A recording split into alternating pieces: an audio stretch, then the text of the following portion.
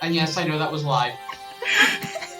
I know you know because thanks to our technical difficulties, we're gonna see how today goes.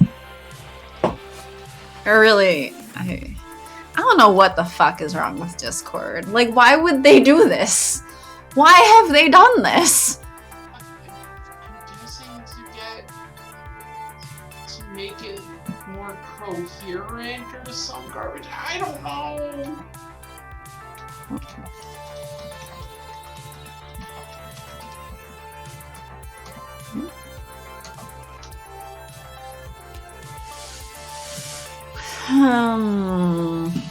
Well, it's a thing.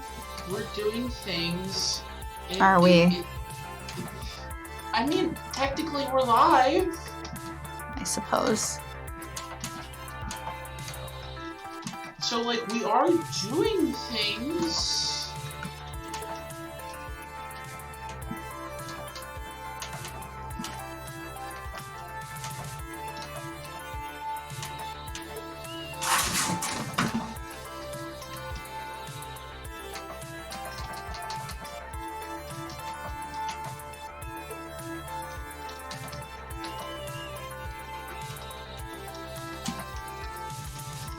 I'm also trying to get my monitor to You were there, like and then consistent. gone. Hmm? Hey, Joe. Oh, hello. You saw the notifications. Yay!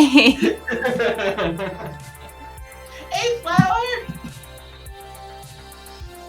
We got the gang together. Yay! Sorry, I'm still messing with my monitor. And are you still tumbling? I have tumbled. Can't see it for the whole stream, but hey, that's fine. That's okay. We We like for however long you can stay. We never expect people to stay for the whole stream. I mean, we never expect people to show up in the first place. We're always pleasantly surprised when they do. You stay as long as you can, and you have fun while doing it. Mm-hmm. And maybe laugh at our bad jokes.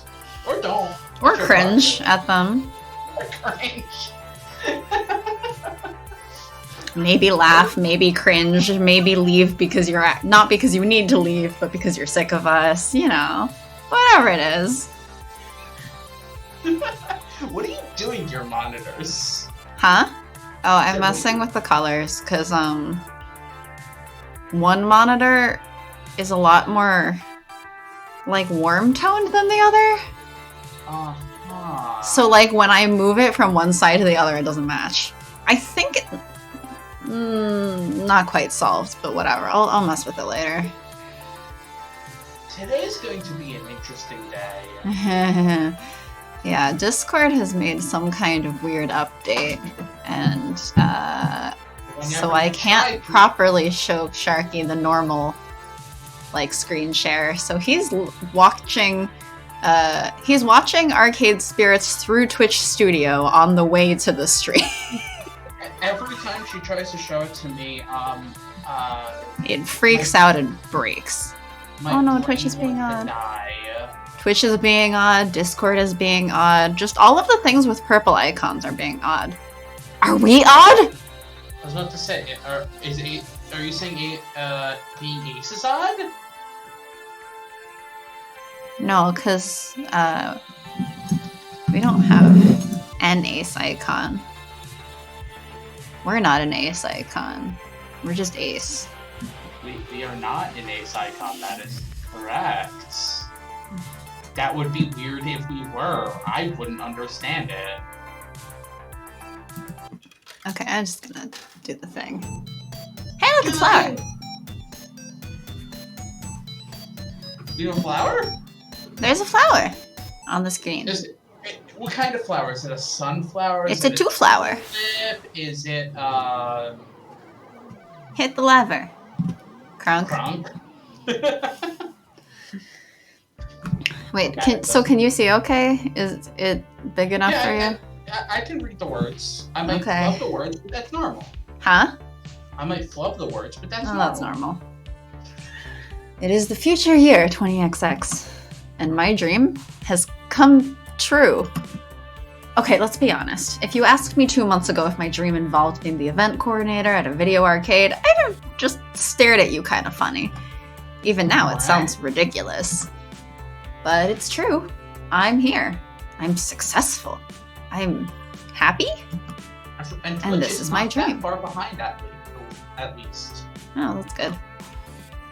Ever since Funplexapalooza, business has been booming. Oh. The Funplex is packed with players, day in, day out. Kids, teens, the college crowd, the nostalgic ones looking for old games they remember. Remembering games? Uh-huh. You do that sometimes. Do I? Yeah. You want to tell the entire story of Kingdom Hearts? Sorry. Out of memory. I don't think we're gonna be here for the next 12 hours. I would hope not. You have work tomorrow. And also, yes, I'll be leaving the house in 12 hours. Also, I don't want to subject people to that. In this format. That's not what they're here for. They're here for hearing us fuck up this game, apparently. or a lot of games. Well, currently this one. That is true. I've run 3 events so far. We've started rotating our games out of storage and into play to keep things fresh. The high scoreboards are constantly shifting. Also, hello, Joe, since you can now hear us. Yay! Hello. In fact, things are going so well, Gavin's hinted that maybe we should start looking into a second location. But this will always be home. Seeing the smiles on coworkers and gamers alike, watching my friends laugh and play in good spirits, that's working for me and it's bringing me joy in turn. Is that good spirits or arcade spirits? Arcade spirits are good spirits. Oh, okay. Is that spirits like alcohol or spirits like a spirit? Obviously, it's alcohol. So what does an arcade alcohol look like? Looks like barcade mixed drinks. Various whatever themed cocktails. You said you were taking me up on the offer to make up dumb weird cocktails for things, right? Yes, please do. It's the only way I'm going to suffer. I won't argue why. In fact, I barely understand why. But I'm happy, and that's better than I've been in years of going with the flow. Going with the flow never brought me this much enjoyment. I'd say by this point, I've soundly broken the family curse. Maybe everything doesn't have to fall apart from under me. Maybe I can just be happy. Maybe this is where I'm meant to be. And then the Fire Nation attack. Sign here, please. Huh? A bicycle messenger nudges a slim envelope my way and, again, trying to catch my attention. I'm snapped out of my happy little trance immediately. No, my happy place! Is in a trance? Yes. Oh, right. No problem. After jotting down my signature, he drops off the envelope and heads right on out the door. No time for Moopy or a round of pinball, it seems. Deliveries to make. Curious, I open it up. Crunk Spanklebottom, you are cordially invited to dine and discuss business matters at Deiko's Palace with CEO Deiko Nami. What? Meeting time will be 7 in the evening sharp. You may bring a guest of your choosing. What? Free Royal Value swipe card available for enjoyment of games prior to meeting. What? I read through it a few more times, trying to parse all the curly cues and swirls and swooshes, although that doesn't clear my confusion of the whole matter. Soon, Francine looks up from her knitting, curious about the letter as well, although she seems to already have an idea of what it says. I suppose it's about that time, isn't it? Dear. Time for that fellow to make another attempt at wooing me. Double, huh? Rather, at wooing my beloved Funplex. Let me guess. Daiko of Daiko's Palace sent you a fancy invitation with all sorts of fancy writing. That's accurate, yes. It's not the first time. He invited my dear Frederick and I over in 1980X to talk about selling the Funplex, and we turned him down flat. Then in 1990X, when home game consoles were poised to take back the arcade crowd, he suggested we sell. We turned him down. Now it's 20XX and he's at it again. A gentleman would know when to quit, but he's got tenacity and can't fault him for that. He's a capitalist. I don't think they know when to quit. Why would a big-time arcade operator like Daiko care that much about us? No, capitalists know when to quit. It's once they've drained all of the resources out of something and completely ruined it. We're small. Like society? No offense. Come now, if anyone should be offended, it's you. Calling yourself small-time. Crunk dear, you've put in so much work to make my little arcade soar. I bet that's why he's knocking on our door again. We're thriving, and that's lured him back in. Like Gruyere cheese in the mousetrap. What cheese? Gruyere. It's good. Is clearly not a gentleman according to Francine. He can't take no. Yep. Gentlemen know how to take no, I think. I mean, ideally, all men should learn to take no. Yes, that is true. Women too, really. Consent is not gendered in a single direction. So wait. Are we the cheese or the trash? That depends on how clever you are, my dear. Right, so I'm the cheese. Although, I prefer to be a nice mozzarella. No, Gruyère's great. I don't know what that is. It's a different type of cheese. Okay. Mozzarella is softer and I don't want to say exactly creamier, but like meltier and squishier. Cheese types aside, do you want me to ignore the invite then? Consent is sexy in all contexts and situations. Consent is important in all contexts and situations. I mean, I guess it could be sexy too? Sure. Yep. It is important, yes, but I guess it can be sexy. If I fully understand what that word means. Wait, what if we don't consent to being sexy?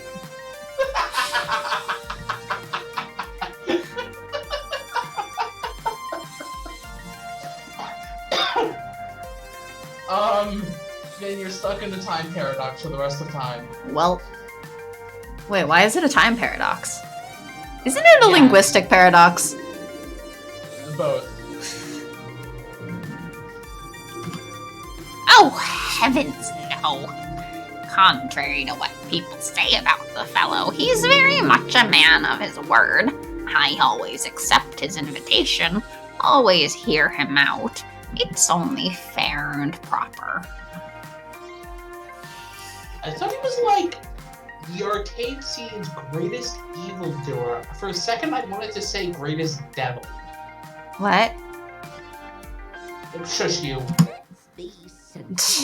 That's a bit grandiose, no? Certainly plenty of rumors of his questionable methods abound, but that's all they are. Rumors. Politeness should be met with politeness. That's how you conduct proper business, and that's what the Funplex is all about. Can you bring a shotgun? Francine moves to rise from her seat near the ticket desk. It's okay, Joe. It's okay, I was just kidding. You don't have to be sorry. Yes, please don't be sorry. I had a good laugh. No, you were not. I'm not offended. You don't have to apologize. I think it was 80% a joke. Huh? I think it was 80% a joke. It's all good.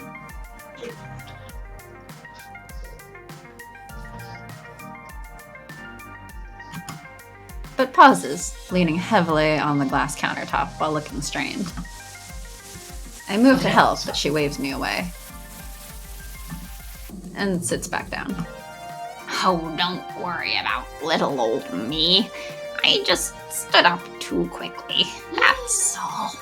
Just out of breath. But, Crunk, I think it'd be best if you go in my stead. Me? Was addressed to me. Let's be serious now. These old bones aren't as spry as they once were. And I think you'd have a good time there. Why is my brain like 80% quotes? I don't get it. Because I heard let's be serious and like my brain went to Darkwing Duck. Because the theme song was let's get dangerous. Well, an interesting time, at any rate.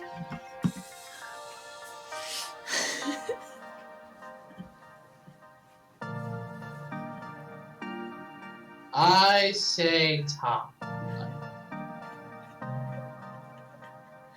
Yeah. I mean, I basically agree with the bottom one, but we're not basic here. Oh, look at my dapperest. Oh. Then I shall don my Sunday's best to meet the mustache-twirling ruffian of arcade legend with pride. Anyway, Quirky's our lowest, so... It is. Ha! It's not that upscale, dear. No matter what glitz Dakonami favors, they still sell cheap beer by the pitcher and rarely scrape gum from under the tables. Oh, go there and turn it down. Got it! The slowness of her response is a bit concerning. Uh-oh. I trust you to make the right decision for everyone. Which is to not sell the Funplex, right? I don't feel that's my call to make anymore, dear. Well, I mean, technically she's still the owner. So, yes, it is her call to make because it's hers. It literally is your call. I mean, I definitely could see if it's not hers, it would at least be Gavin's as the one in charge of, money and financial shit. Yeah. And, financial decisions and shit. What? Maybe you haven't noticed, but I spend most of my time at home these days. Or napping at home. I mean, that's what I do these days. What do you think of me, Francine? The Funplex isn't really about me, not anymore. It's so much more than Francine's arcade Funplex now. Well, I think what she thinks of you is that, you don't own an arcade to wash your hands of in the first place. That is true. I would never own an arcade because that costs money. And you don't nap during the stream, even though you keep asking if you can. That's what you think. Maybe I'm sleeping with my eyes open. And reading. And speaking your lines. In your sleep. My subconscious is a very powerful thing. I mean, alright. I guess, you don't really singularly own the stream in the first place. Technically, it's my account. That's why Joe or Melik or any of them could take my place. Nope. They can't. You had to know that was coming. But they can't.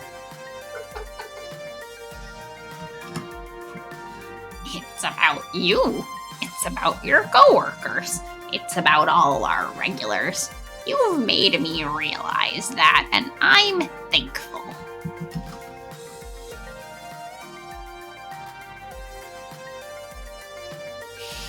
Your kingdom is mine to rule. Okay, but seriously. Nope, definitely can't. See? Come on. Joe says no. Joe's just a special guest in our chat. So is Flower. So is Malik. Also, bad enough trying to schedule the two of us together. Am I supposed to try to schedule with someone in Australia? I love Malik, but that would be really difficult. Sharky cannot be replicated. See? What if I figure out cloning technology? Then I literally could be replicated. Joe and Flower would be so disappointed if you left. But it would be a clone of me. Okay, and? Clones aren't the same. Then would I really left? Are you trying to say that if you have a pair of twins that they're the same person? Because they're not. Even if they're genetically identical, they're not. But he would even have my exact same personality and make the exact same bad Clones jokes. don't make the same exact personality. It's the... What if I make the Sharky robot? Weren't you supposed to make a bot of me along with some other friend like years ago? I think it's true. I would be very disappointed. Oh. Yeah, you can't disappoint Joe this way. You can't. It'd be terrible. I'll just drink my alcohol then. What do you think I do? Drink a lot more than me on a daily basis. Yep, pretty much. It's not that hard. Yeah, because most days you're not drinking. Nope. Most days I'm not, unless either something happens or I'm just like, man, I feel like I really need to drink. Or a stream. Yeah, you need to drink to deal with me. No! No! It's okay, I drink during the streams too, sometimes. Not right so this second. So you drink to deal with me? No. I drink to deal with life and society. And reality. Answer. Ha-ha! You're the one that started this place, Francine. You had a dream of a place where people could have fun, relax, make friends. I mean, yeah, the options were basically kindly again or quirky. So, why do you think I wasn't very in favor of either one? I feel like you didn't entertain the idea of selling it as... Well, it feels wrong. Disrespecting to you and your dream. And everyone else's dreams at the Funplex. How would Naomi feel? Oh, Naomi would probably, like... Quit. Try to murder you. She'd quit. In a heartbeat. Yeah. All of them would quit. Yeah. Queen Bee and Percy and Well- Tail would stop showing up probably. Yeah. Pretty much. Like it wouldn't be this place anymore if we sold it. To Dako's Palace. Yeah. AKA Dave and Buster's. Uh-huh. It would be Dave and Buster's too. Buster Harder. Oh. You're a peach, dear. But I've never had a peach. Times are always changing. I'm an old fuddy-duddy stuck in her ways. Maybe the time has come to change how the Funplex does things. We're almost back to the heyday of 1980X thanks to the changes you've made. So I won't say you can't decide to sell. If it's a change you think we need, do it. Please, keep an open mind. Francine sighs deeply, looking more tired than usual. My mind is open to the answer no. My mind is open to bringing Gavin along as the +1, so he can say no.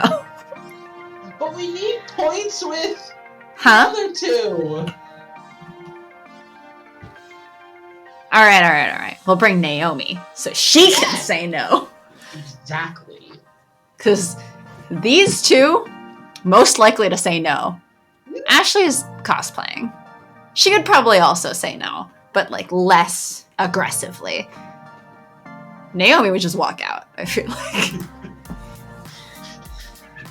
See one of Deco Palace's arcade games while there? It's only afternoon and I'm already worn out. Haven't even done anything but sit here and knit all day. Am I fancy now? That's about me. What? You knit all day? I actually don't know how to knit. I kind of figured you didn't. I've been interested in learning, I just haven't. Okay, then learn.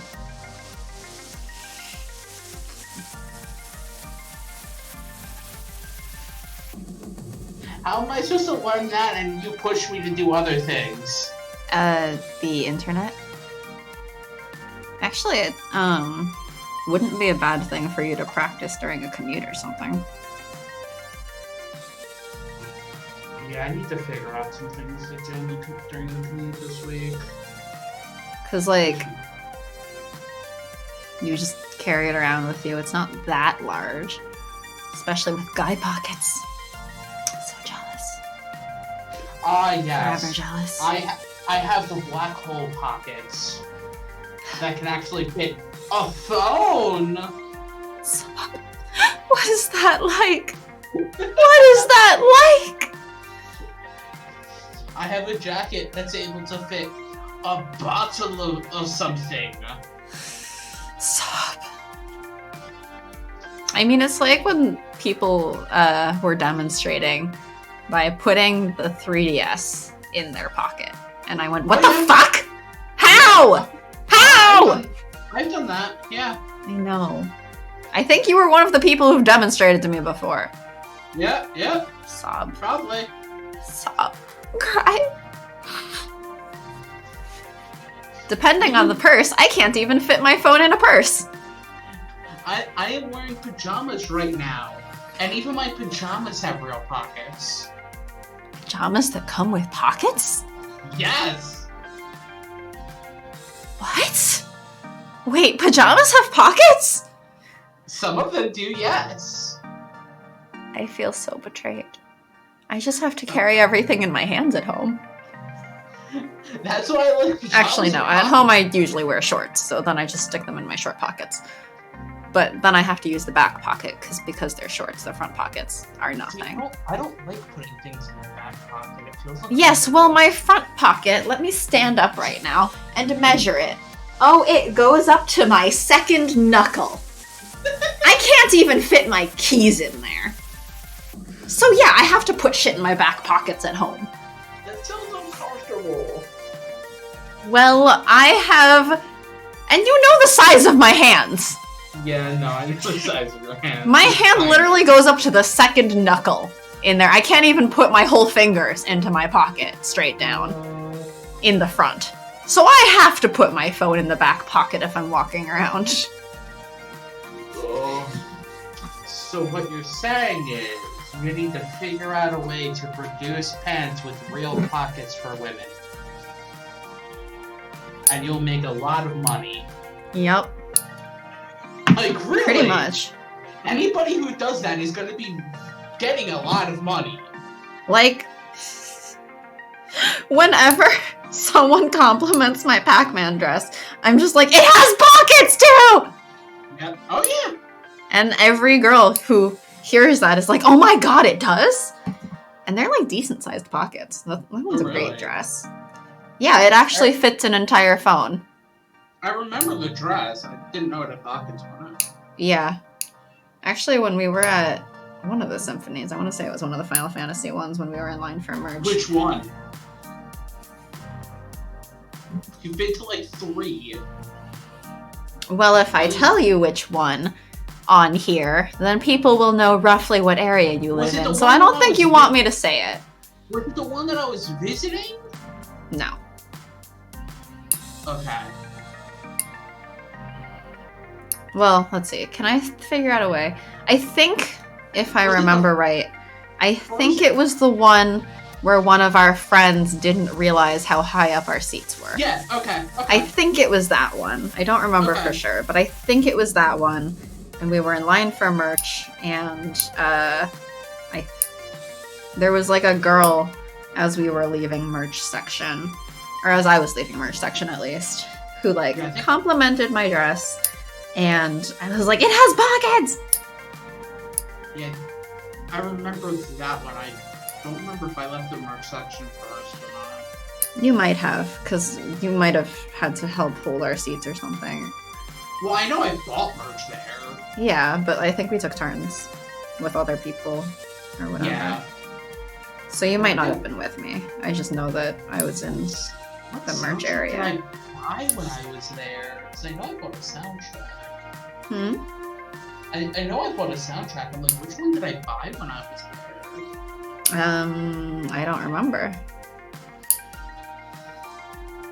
Anyway. I'm actually still disappointed that when the Final Fantasy VII Symphony Orchestra thing was supposed to come through here, 1, it got canceled for COVID, and 2, I tried to see like, oh, can I just hold on to the tickets for whenever it gets rescheduled? Because whatever the new date is, I'm just gonna keep, like, I'm still gonna go, right? But because they hadn't actually rescheduled it yet, they told me no.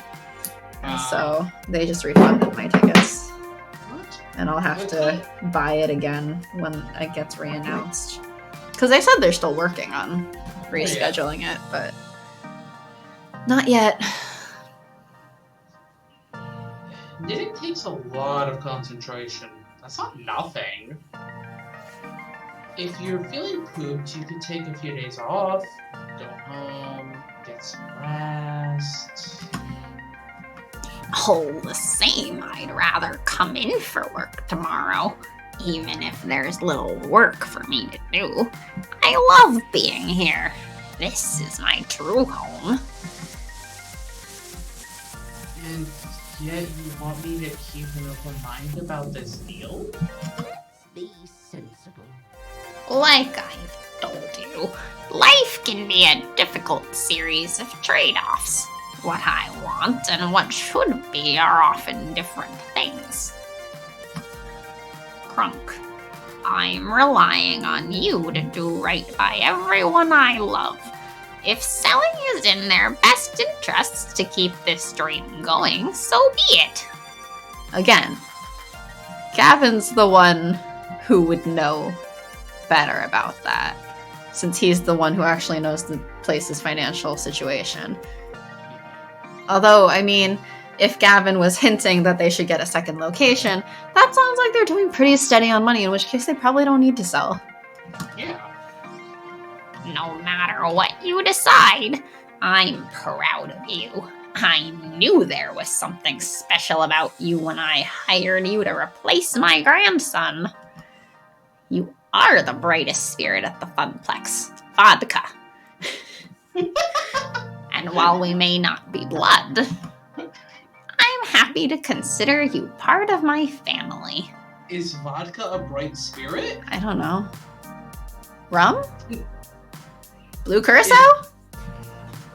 Are they bright spirits? Well, Blue Curaçao's blue, Sure. which makes drinks bright blue. As if it's under the sea. Most other spirits aren't very strongly colored, or are kind of dark. So, I guess Blue Curacao. Okay. You know, I think that matches Crunk's hair. I honestly already forget what Crunk's hair looks like.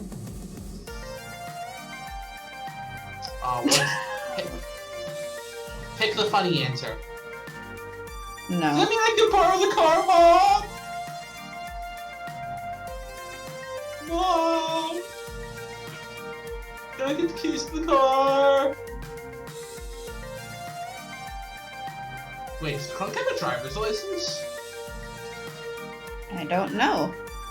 Crunk takes the bus, but so do you, and you have a license. Exactly! And taking the bus doesn't mean much. Yeah, it doesn't mean that, like, you can't drive. It just means you can't afford a car. Exactly. And Crunk certainly seems like they wouldn't be able to afford a car right now. Exactly. So the question is Crunk have a license? Maybe. Maybe they use it about as much as you use yours. So when I'm buying alcohol, got it. Because really, that's the only time I've used my license in the past. You know, that honestly took me a sec, because I don't have a license, but I can still buy alcohol. You probably have an ID. Yes, exactly. Like... So, like, in my mind, the point of a driver's license isn't as an ID, it's as a driving license. Because I have an ID, and that works fine. Okay, but, like, it's also my form of ID, and that's what it's mainly used as. We'll get a passport and start using that. That costs a lot of money. Yeah, and Americans aren't really allowed to travel right now, because none of the other countries want us. I mean, for good reason. For good reason. I mean, I should get a passport eventually, because it would be awesome to actually, like, go on a vacation for once. Uh-huh. Or twice. I mean, technically you don't need a passport to go on vacation, just... Do if it's to a different country. Yes, but you didn't say that, you just said vacation. I don't know. I need a vacation from America. Sounds great. I wanted to go to Venice next year. Yeah, that ain't happening. I mean, I had been wanting to go to Venice that I had originally thought of maybe this year. Thank God that didn't happen, because that would have been right when Italy was in the shit. At this point, it's more likely Italy won't let me in. Yeah. Because I wanted to go in around February time, because apparently around normally Venice gets like packed with tourists and stuff, especially during the summer. But during the winter, it would be a lot less touristy. Do we all need a vacation from the USA? Yes. We do. Pretty much. And next year I might be able to actually take a vacation from the USA.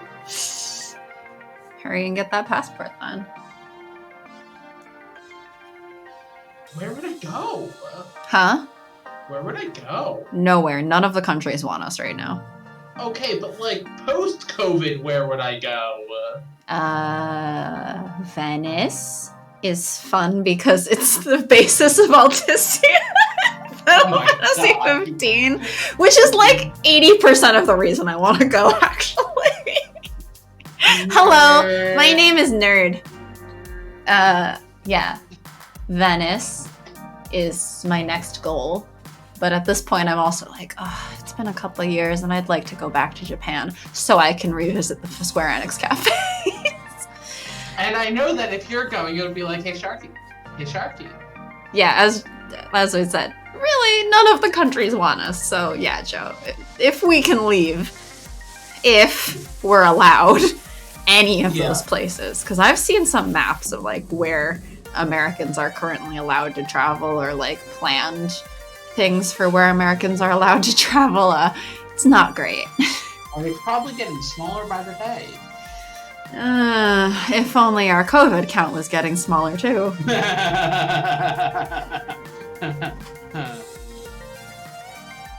Anyway, I disagree with you, so I'm going with this one.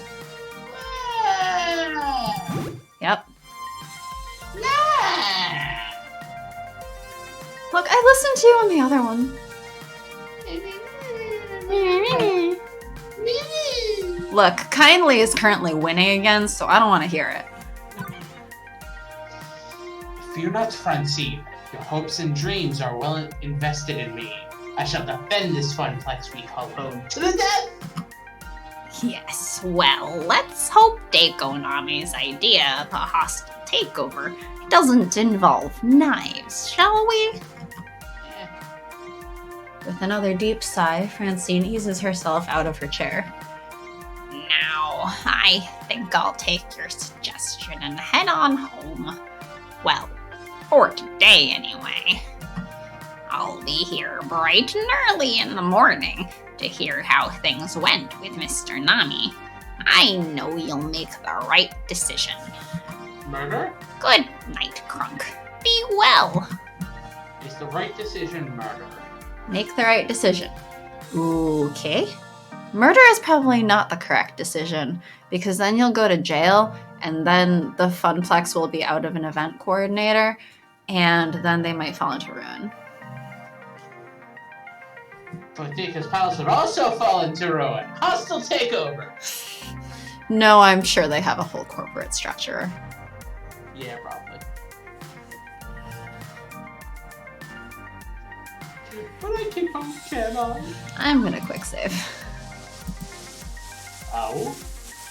Think Just- something bad's gonna happen? I don't know. Okay. Nope. I just can't see it. If we sell out, well, I've tried so hard. I've gone so far. And in the end, it doesn't even matter. I'm so glad that's the second time in the past 3 days that this joke has come up, and not from me. Usually it's me throwing this joke all over the place. When did the other time happen? We had a work, like, team fun event thing. I told you about that, right? No? Oh, for the team fun event at work, basically I just convinced my manager to allow us to buy copies of Tabletop Simulator for everyone on the team. And then I bought a bunch of copies of Tabletop Simulator during the Steam sale. So now everyone has a copy of Tabletop Simulator to keep. And we just played Tabletop Simulator for like 5 hours straight. That's why I saw you playing Tabletop Simulator. Yeah, all day. Because I was teaching them how to play Mysterium. And then there's a person on the team that I don't get to talk to very much, who I would like to have played with so that I could have had like more time getting to know him or whatever, because usually he's just kind of quiet. Like, he's a very nice guy, but he doesn't really interact with us that much, and especially with the pandemic, like, then we also don't see him in the office. And he, I think, is into board games, because he's part of like the board game group at work, which of course also has not really been able to play since we're not in the office. But so like he was in my group originally, and then as we were doing the first round, I got a Slack message like, "Hey, have you guys finished your game?" And I was like, "No, we're still on round 1. What do you mean?" And someone from the other group that had split off, because the game only supports up to 7 people. And on top of that, like, Tabletop Simulator itself only supports 10 people to a server. There's 12 people on my team. So they had to split off a second group that decided to also play Mysterium. But none of the people in the other group actually knew how to play. Oh no. Which I'd been worried about, but so I had to send that one guy that I do want to like get to know better. I had to send him off to the other group, like, "Hey, it sounded like you've played this game before. You're somewhat familiar with it. Do you mind hopping over to the other room?"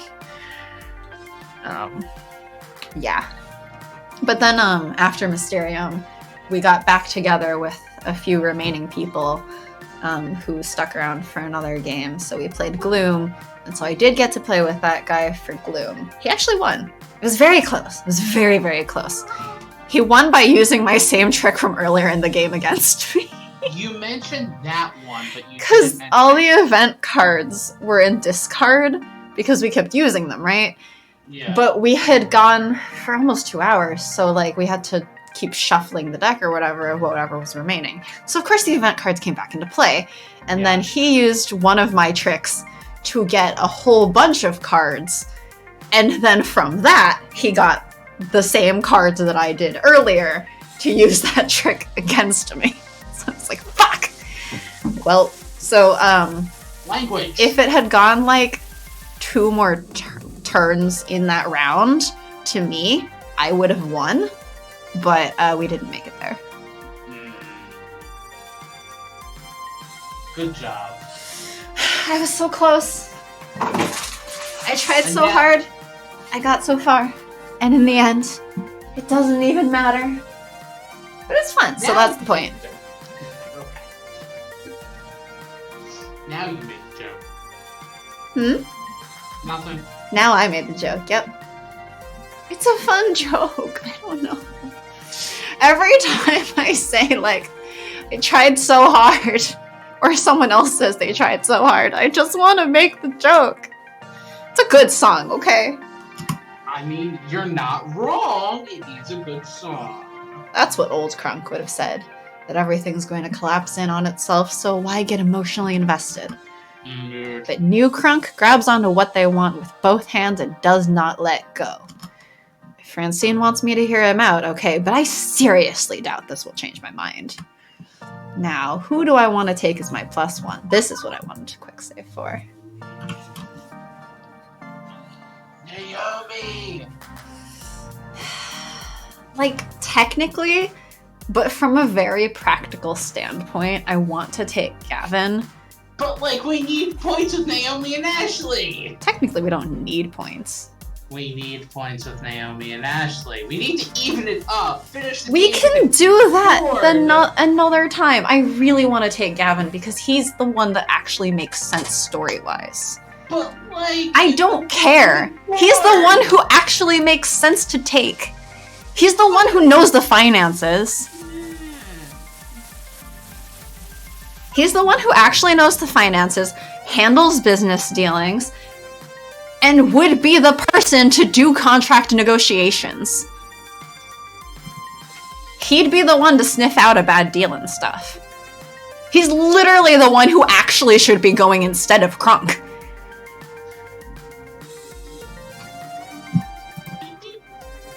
Beep beep, Crunk.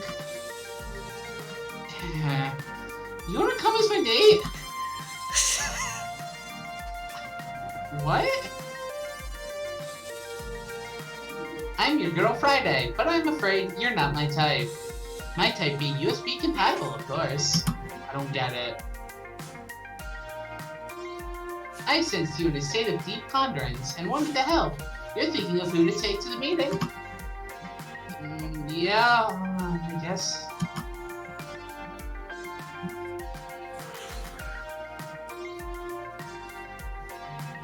Gavin's literally the only one who makes sense here. We need points with other people. Percy? Look, those are the two that are like, they do business. Naomi can say like, oh, she can assess the quality of their games, but it's not their games I'm worried about. It's the Funplex. And Naomi doesn't handle like person-to-person negotiations. She doesn't handle the business side. At best, it would be like, if you really didn't want Gavin, I'd be like, okay, Percy. Because he's the other one who knows business negotiations. No, it's not me being against, like, Gavin going. I'm just saying from the sense of, but we need points with other people. Okay. And we can get points with them later. Gavin is the one who makes sense here. I want to do it by what makes sense in the story.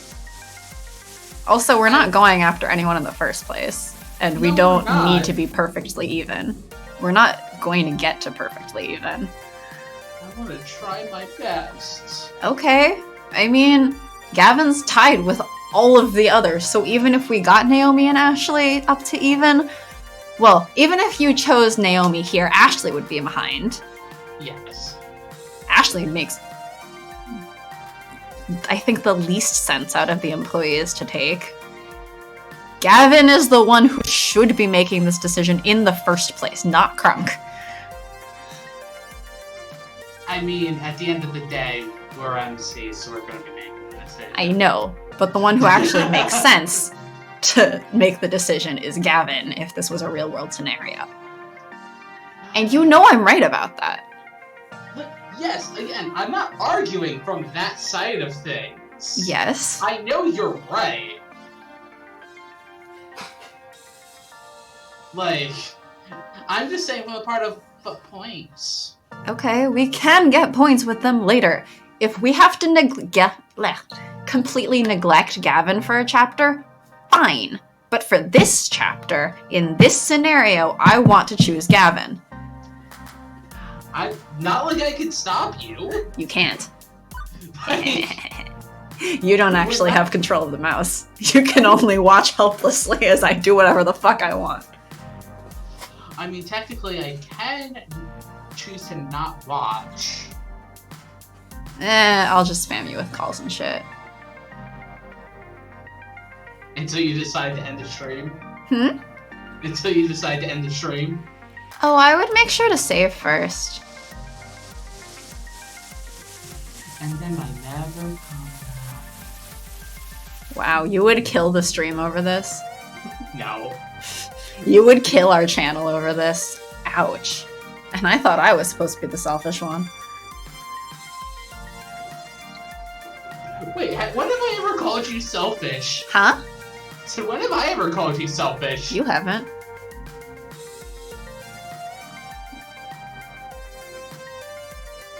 Anyway, I'm doing what I want. Because I think that honestly is the one that makes sense. Also, we're gonna go through all of the routes anyway, yeah, eventually. I know we are. But for this play, he's the only one that makes sense to me here. You don't need to argue that. So I'm gonna do it. I fire off a quick text to Gavin to summon him from the murky depths of his tiny back office. Also, they're not that far behind in the first place. Yet. They're like 1 or 2 points behind the others. 2 points. Sure, 2. He's still scanning over his spreadsheets, even as he approaches. Good news, Crunk. This is our best week ever. I wouldn't advise getting too comfortable, as summer vacation's almost over, and that'll cut into the youth demographic, but... That's great, Gavin, but, Francine's got a different job for us today. We're going to Daco's palace to meet and discuss a possible business.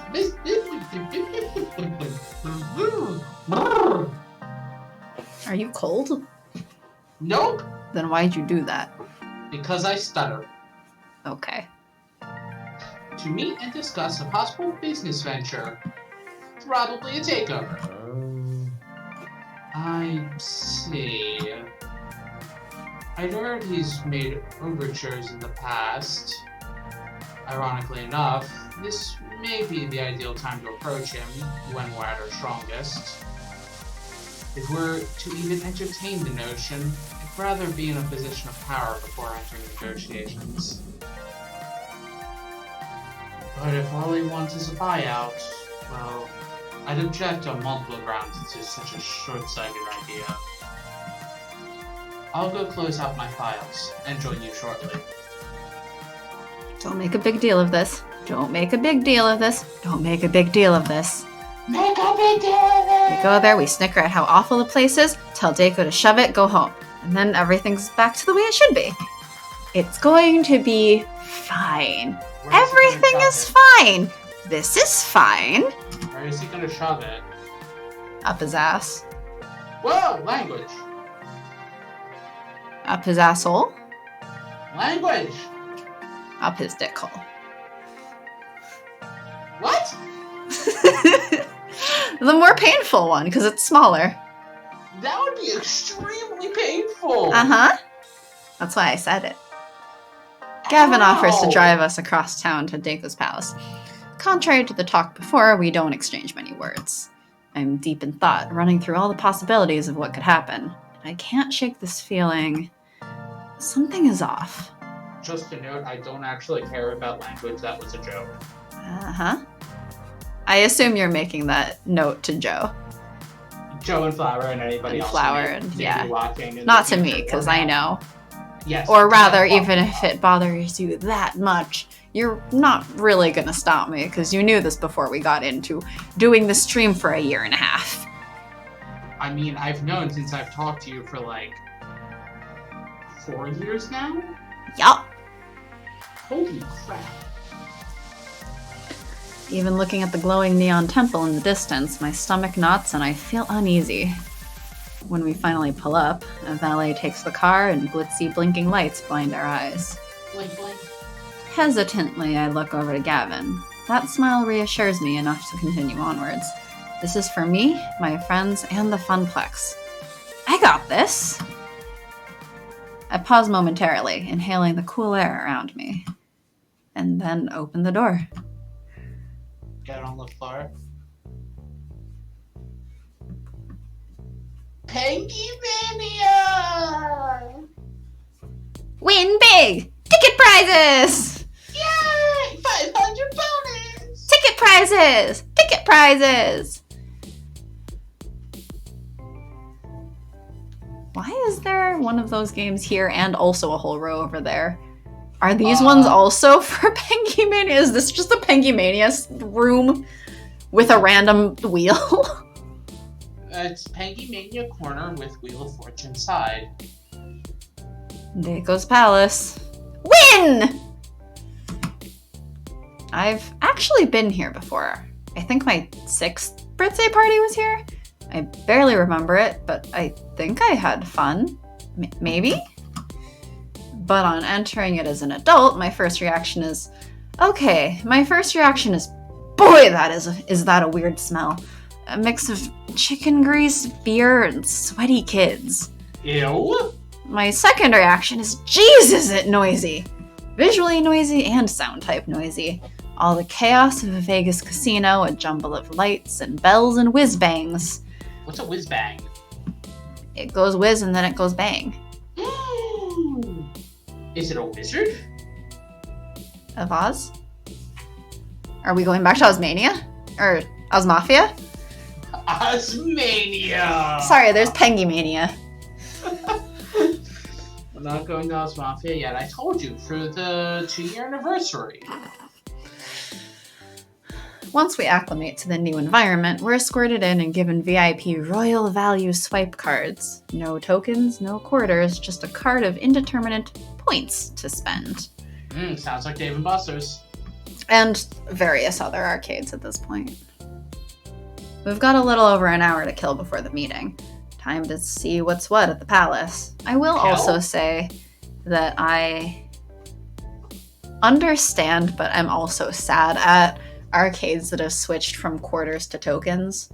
Because, like, if I buy extra, or if I use the exchange machine for extra quarters, I could use those for, like, older laundry machines. I cannot do that with tokens. No, you cannot do that with tokens. That is a true statement. Oddly, Gavin's first reaction is to crunch some numbers. Crunch, crunch. Based on the conversion ratio, swipe card points to real-world dollars. Very interesting. Variable game pricing, variable bonus points the more money you spend, differing EV from game to game, likely adjusted based on popularity and payouts.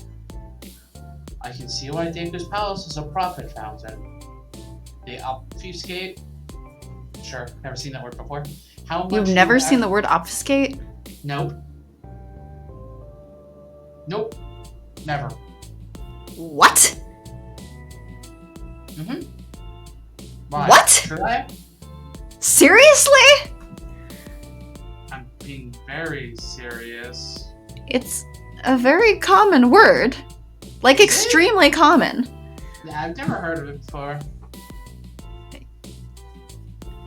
It means hide. Makes sense in context. Like, there's so many times that people have said that the motto of the Trump administration is obfuscate and obstruct. I've never heard that before. You want to obfuscate hidden information. Never heard that before.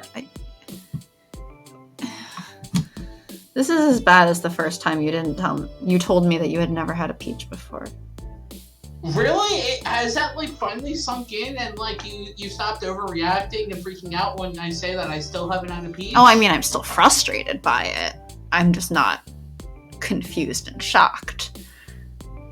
But I'm confused and shocked at this all over again. Because at least you should have heard of this perfectly common word. It is very common of a word. Sure. Like, it's not at all an obscure word. I just never heard it before. How? How? Your guess is as good as mine?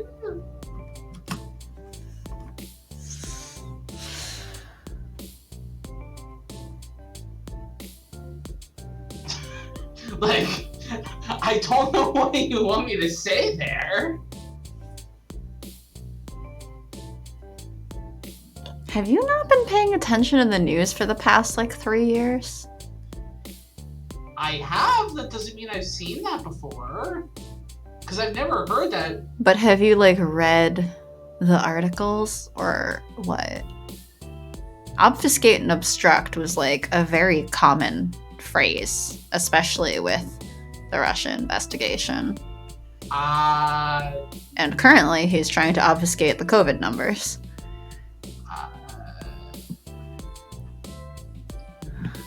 Never heard.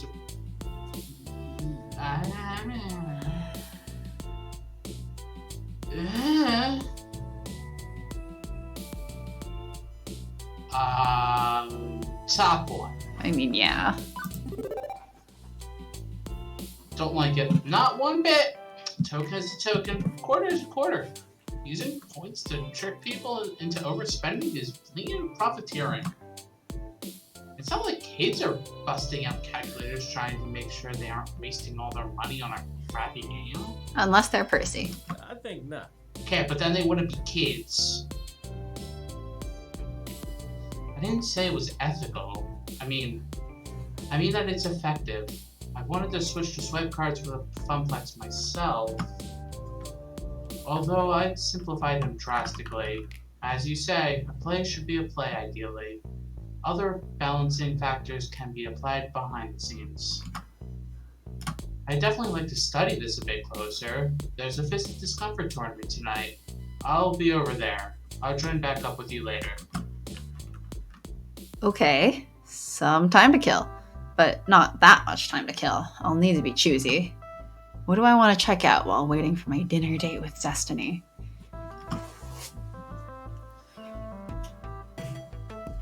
Thirsty as heck! What, you're thirsty? I myself am not thirsty. Other than I am finished with my drink and might get another one. Are you purposely ignoring my joke? Yes, I actually am. Because I did understand what you meant, but that doesn't mean I'm going to... You're just not acknowledging me anymore. I think, honestly, that's the funnier way to handle it. So what's that? You want shitty beer? No thanks. Let's see what games they have. Okay. I decided to focus on trying to find games. Actual games. Except the whole place is basically full of slot machines. They're in different shapes, sizes, and colors. None have a traditional one-armed bandit look, to avoid running afoul of legal issues. But they're still slot machines. Mm-hmm. Every game here has maybe a single button to stop a wheel or a colored light or to try to line up the dots or something. The really complex ones? 3 buttons. Oh my gosh, 3 whole buttons? Whatever will I do? I don't know how to operate 3 buttons. I know, you only have 2 hands. Exactly! Hey, listen! Hold me up above your head. Huh? Visual scan, silly. I'll look for games you might be familiar with. With a shrug, I hoist my phone high in the air. The flash goes off, which is extremely suspicious, I feel like. Then I resume looking at Iris sitting in my screen. Please enjoy this recording. Processing. Please wait. Enjoy this recorded music. Are you going to also, as Iris, sing some elevator music for us? Nope. What about Jeopardy music? No. Oh, actually, let's skip the music. That didn't take long. Good high bandwidth public Wi-Fi in here to my cloud processors. I'm seeing lots of driving and shooting games, easy for casual players to pick up and play. Over in the esports section, there's dancing games and Fist of Discomfort. We've got all those things too. But I'm not seeing any joysticks. Is a game defined by having particular input devices? Well, no, not really. And I know most modern games are touchscreen based and so on. But, I don't know. It doesn't feel like an arcade without a stick or two, or does it? Oh, I found something. Back in that section over there with the green lightning. Head that way! That way! I weave my way through the crowd, past endless color cycler ticket games, past crane games, past light stackers, past games based on popular game shows, and find Mr. Moopy's Magic Maze. I'm going to have to tell Percy about this when I get back. He'll be happy to know there's more than one Moopy in this neighborhood, except... Wait, it's only got one button? No joystick at all? How is this Moopy? How the fuck did they mod that? Researching. One moment. Curious, I swipe my card through the slot and push the button, and Moopy runs the maze by himself. Or tries to anyway, before running headfirst into a monster and dying. The machine spits out 3 measly tickets and suggests I swipe again for another try. Moopy's Super Maze, created in 2000X. The company bought the expired rights to the Moopy brand and developed a game of chance with it. So it's not Moopy's Magic Maze, it's Moopy's Super Maze. Yes. They killed the alliteration. Wait, they made an autoplay Frogger? How do you make... Why? This is based on a... Oh my god. Flower, I'm so sorry that you had to encounter such an abomination. Who bought an autoplay Frogger? Some company that bought the expired rights, if this is based on what is currently on the text. Now I have to be like, auto-playing Frogger. What? Push button, frog hops until it dies, you get tickets. Wow. I'm just so sorry you had to come across such an abomination. Oh my gosh. Wow. Yeah, that is so sad. That is sad. Because, why? Nobody should have made that abomination. They made it for ticket games, I guess. Wait, what is this it? Was disappointing. I can imagine. Jeez. There's a game called Frogger Get Hoppin'. Oh my gosh. Okay, I don't think this is it, because this is a, quote, skill-based casino game. Are you sure that's not it? The game is a mix between an arcade Frogger game and a slot machine. On the screen above... So about how Deiko's Palace is filled with slot machines in different forms and shapes. On the screen above, where it is all the slot part with a wheel, and the below is traditional Frogger. Oh my gosh. Why? Frogger Hop Trivia is a game, apparently. Okay. Because apparently somebody is like, you know what makes Frogger good? Trivia.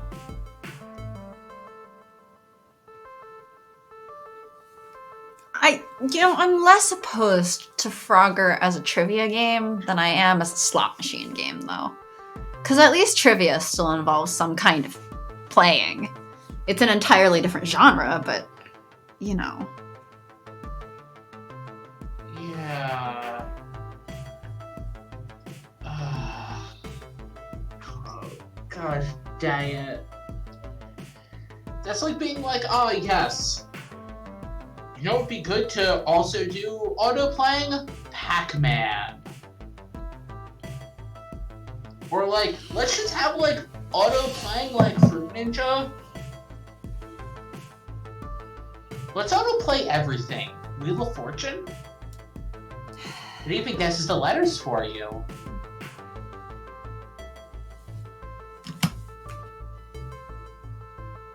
Well... Fuck! That's weak. A teenager puts her Deco playing card on the cabinet and taps me on the shoulder, drawing my attention. She looks cool. Wait. I love her outfit. I love her hair. Ace outfit? Huh? Ace outfit? Yeah. I was thinking about it earlier. It's very convenient that the Ace colors also overlap so much with Goth colors. I mean, yeah. No, but she just looks so cool. She's got a cool one glove. Oh, she does have a glove. One glove. That's and why a I said random glove. chain with a star hanging off this one sleeve. Interesting. It's a great outfit. I want this outfit. I want this jacket. You want to be her. No. No, I don't. You don't want to be going to Dago's palace? I would like her piercings, maybe. Well, just the ear piercings. Google Frogger ticket game and you'll see it. Teenage retro gamer, but I guess not that retro. She's just got cool hair, and I wish my hair would retain that kind of color for more than like a week. Oh my gosh. Yep, I see it. I'm sad this exists. Hey, I'm calling next, Kay?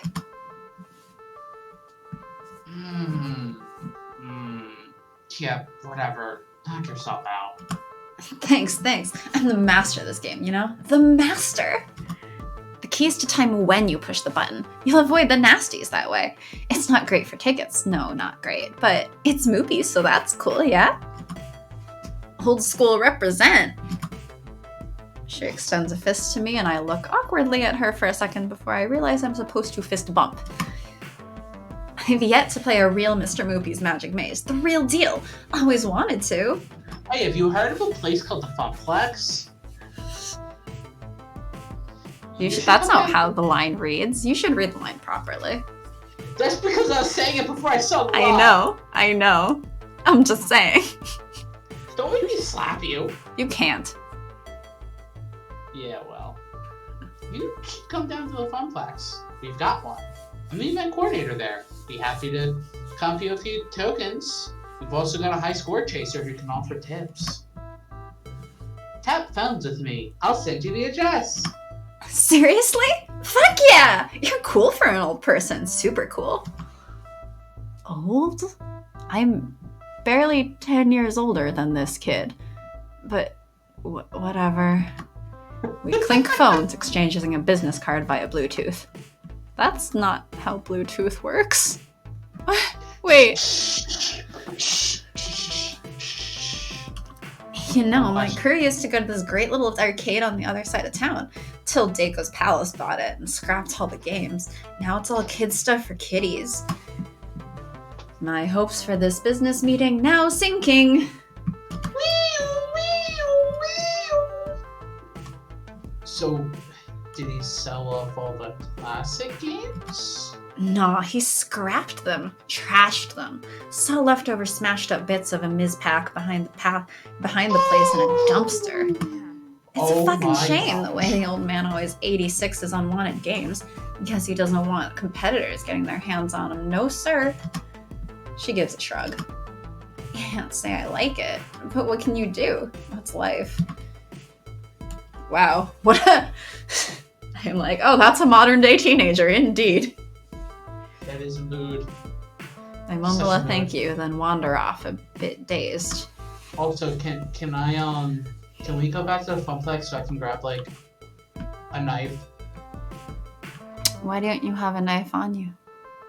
I think I've had enough of the retro game abattoir for now. Where to next? I don't own a knife! Hmm? I don't own a proper knife. Really? I own at least 6. For cooking. You know that's not what kind of knife I meant. I know. But you know, a paring knife is a really convenient, like, small shape. Also, and my paring knife comes with a little knife cap to make it safe to carry in my purse. Like, if I'm still counting those, I don't own a proper knife still. Well, that's a you problem. Because I don't own any of the ones that we have here. Should we go join Gavin at the tournament? Should we get a drink next? Hit the tournament. Okay, we're heading Flower to the has tournament. spoken. Flower has spoken. Gavin is there. From the sound of it, there's a big tournament running in the dedicated esports section near the back. I wander through the games to join the crowd. Okay, I'll admit to being impressed. They've got no fewer than 10 Fist of Discomfort machines, all of them occupied by players in pro team jerseys and jackets. Uh-oh. The crowd's red hot, cheering on their heroes as the back and forth resource battle of the world's most popular fighting strategy game plays out before them. Is L7 here? Although the banner hanging above it all does make me shudder. Daco's Palace presents the Choco Energy Max Power Quench and Pizza Yums Friday Night Fisting. What? Oh God. Oh. What? Ugh. Freezing! Freezing! Gosh dang it. You know, this just means that I should go and get some pizza bagels. See, even these gamers know that when pizza's on a bagel, you can... Oh God, please no. I haven't had one of those in weeks. Now, since I started being able to afford real food. But comfort food. I haven't had any of those in years. I finally had donuts today. Donuts! Yeah! Donuts. It's 2020, Gramps. You don't do phrasing anymore.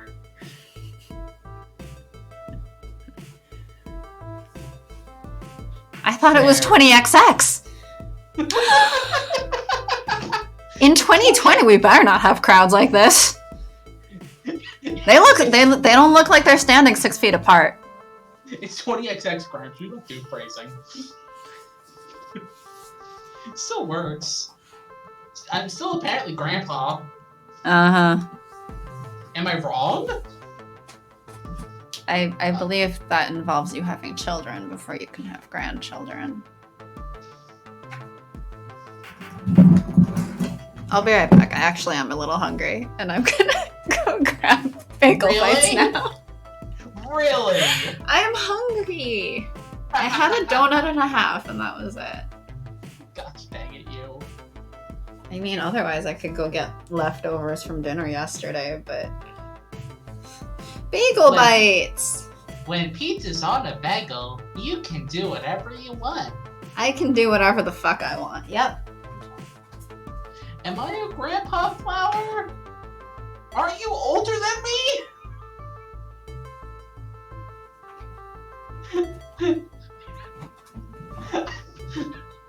I don't think I'm the oldest one here. I think by comparison, I'm the youngest here right now. Unless there's a small child listening, in which case I'd be very afraid.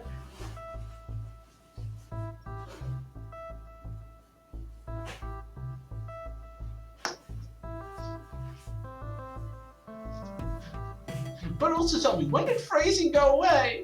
I need to know. Oh man.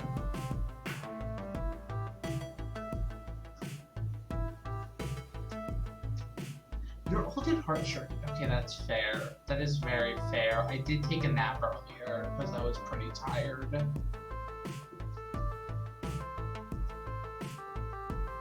And I still want to take another nap.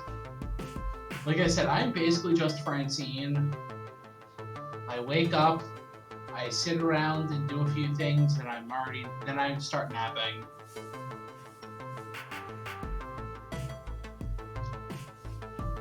It's surprising I don't nap more often.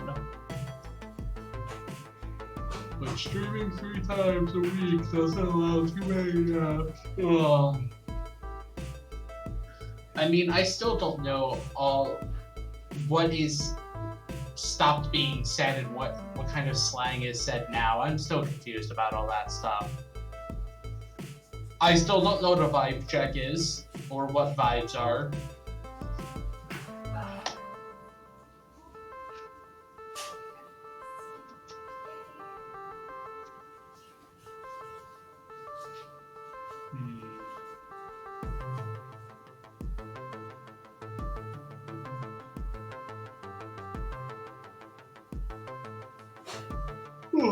Oh my gosh, why am I so tired?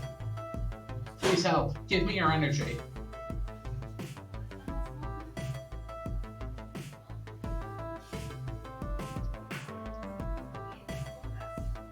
Please figure out ways to give me energy.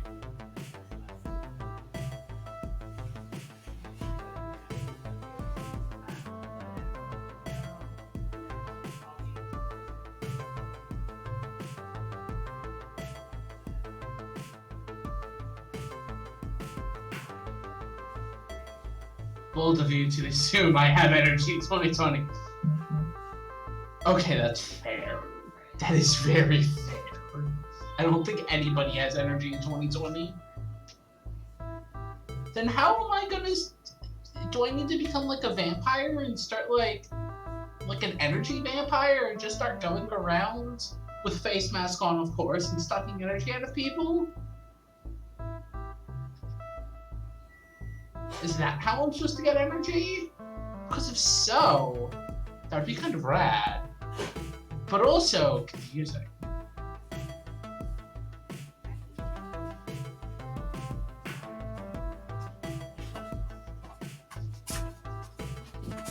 I'm back. Old at heart. Wait, what did I miss?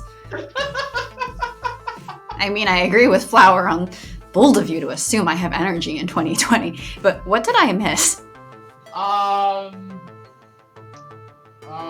To be old at heart, I was saying I'm like Francine. I did a few things today, and then I was napping, and I still want to take another nap. And I'm like, Flower, give me some energy, or tell me how to get energy. To which I responded, bold of you to assume I have energy. I'm like, that's fair. In 2020? And then I'm like, that's fair, but like, later. I said... Oh, bye, Flower. I responded, do I need to become an energy vampire and then go around with a mask on, of course, and suck energy out of people? To which Flower responded, you'd starve. Nobody has energy left. Mm-hmm. And then you came back. Is that a sum up? Mm-hmm. You have food. Mm-hmm. Are you able to speak in more than Yup. Okay. You want to know the trick to making bagel bites a lot tastier? You put them on a plate and heat them up? No. You heat them up with a slice of actual pepperoni sitting on top. Oh? Yeah, we ran out of pepperoni when we had this big box, and we discovered that they're really not as good without the pepperoni, but because we have the like pepperoni and cheese bagel bites, and their pepperoni are these like teeny tiny little cubes of like the pepperoni specks, and that's just not as good. So we had been taking like just one slice of actual pepperoni and putting them on top when we heated them up, and God, it makes it so much better. That assumes you have pepperoni. Well, then you just buy pepperoni at the same time you buy the bagel bites. That costs some money. It costs a couple extra dollars. That's a lot. But you only need 1 slice per bagel bite, so actually it will last a while. Oh man. But I'm like, I sometimes have energy. It's because I'm fueled by rage. Rage and coffee. But then sometimes I get really tired because the rage has made me exhausted. But I temporarily have energy due to rage. Sharky has no energy. Give me your energy, please. I can't. Because you don't drink coffee. Give me your rage energy. Teach me how to live by pure rage. Make me a rage-filled Sharky. I mean, if you're not rage-filled by now in 2020, you're not paying enough attention, I guess? I don't know. I don't know how to make you angrier if the current things happening aren't enough to make you angry. Because there's secret police kidnapping people in Portland. If that doesn't make you angry enough... But that doesn't give me anger, that gives me energy. That just makes me angry. Teach me how to get energy from the anger. I mean... Tell me your secrets. When you're angry like that, you want to do something about it. I want to do something about it. That's where the energy comes from. You can't just sit there in rage. You have to direct that rage towards trying to do something about it. Murder? No. Murder is the police side. That's what we're protesting against.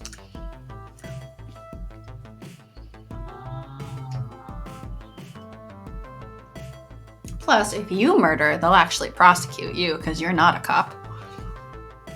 That is true, I am not a cop.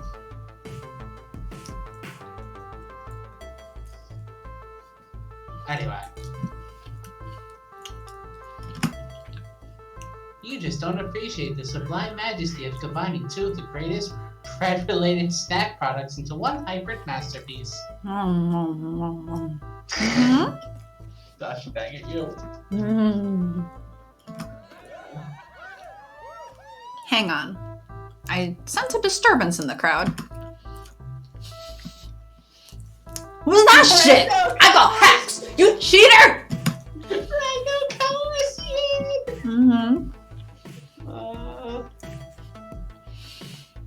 Hasn't that come up before? I don't remember. It's been like 12 weeks.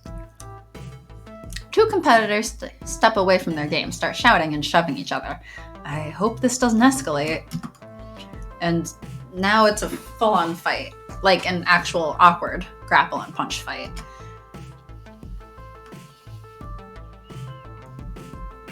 Yeah, kick his ass! Don't take any of that shit from him!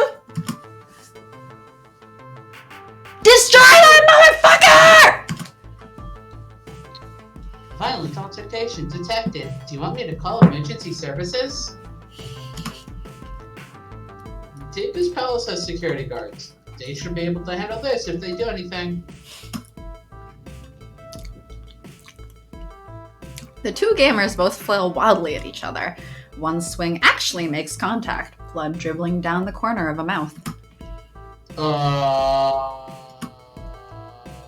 Any second now. Except the people with black shirts that have security printed across their chests just stand there, letting it happen. No one is doing anything to stop this. The crowd is eating it up, feeding off the cutthroat energy. Only after half a minute of this nonsense does the security actually step in. Much to the crowd's dismay, the two angry gamers are still cursing and kicking as they are finally pulled apart. Wow, tough crowd. Interesting.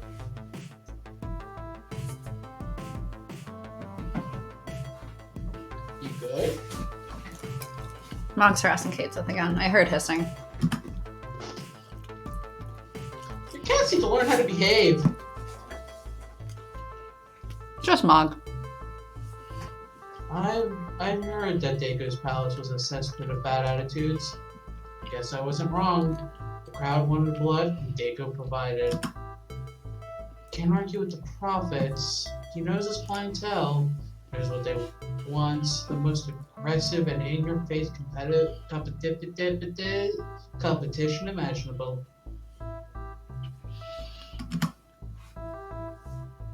But I question the ethics of it. What ethics?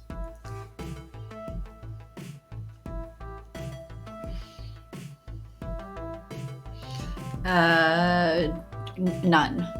None. So, there are no ethics here.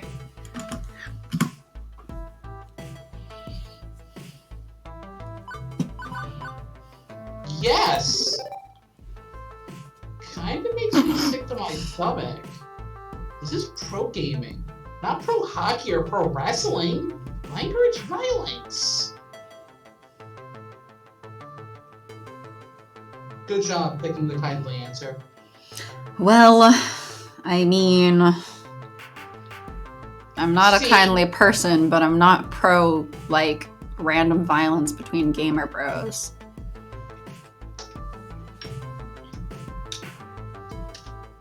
Yeah, nobody should encourage that.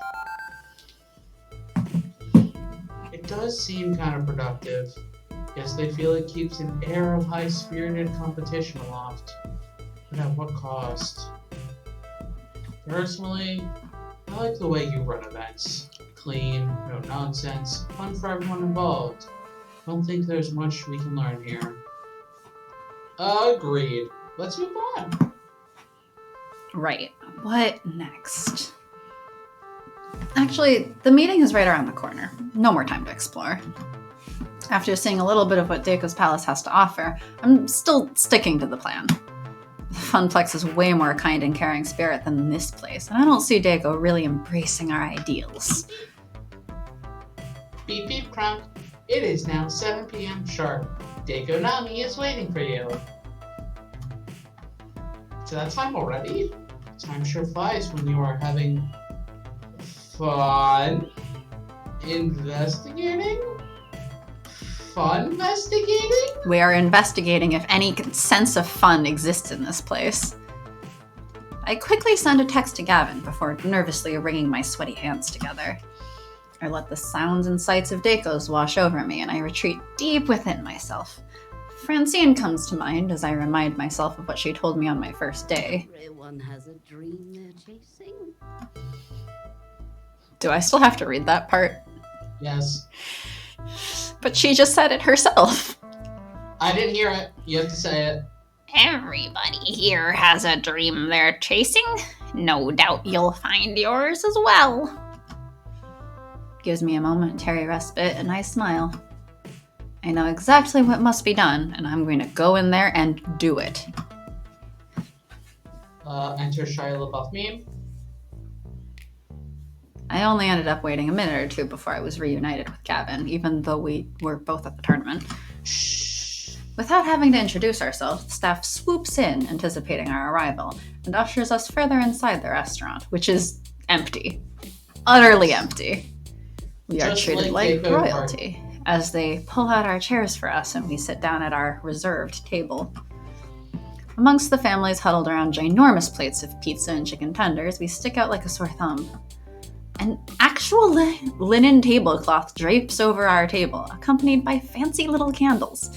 To set the mood, I suppose? Are we dating Gavin?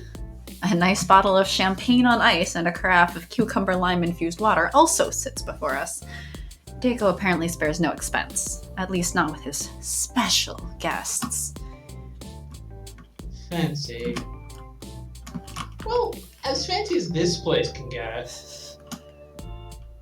Don't be swayed by red carpet treatment. We're here to conduct business.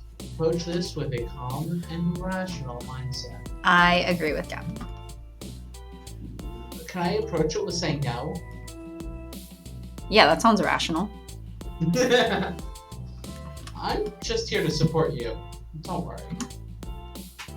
Actually, I'd say that's my role.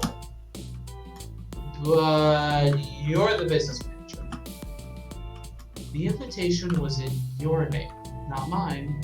I'm here to listen quietly and contribute where I see an opening for discussion, not to take one. Yes, but it was... Of course, Teiko Nami is not going to invite the actually business-savvy member of the team. He's gonna aim for the one that he thinks is the weakest link. You are the weakest link. Goodbye. But don't worry, I'm behind you, every step of the way. Thanks, Gavin.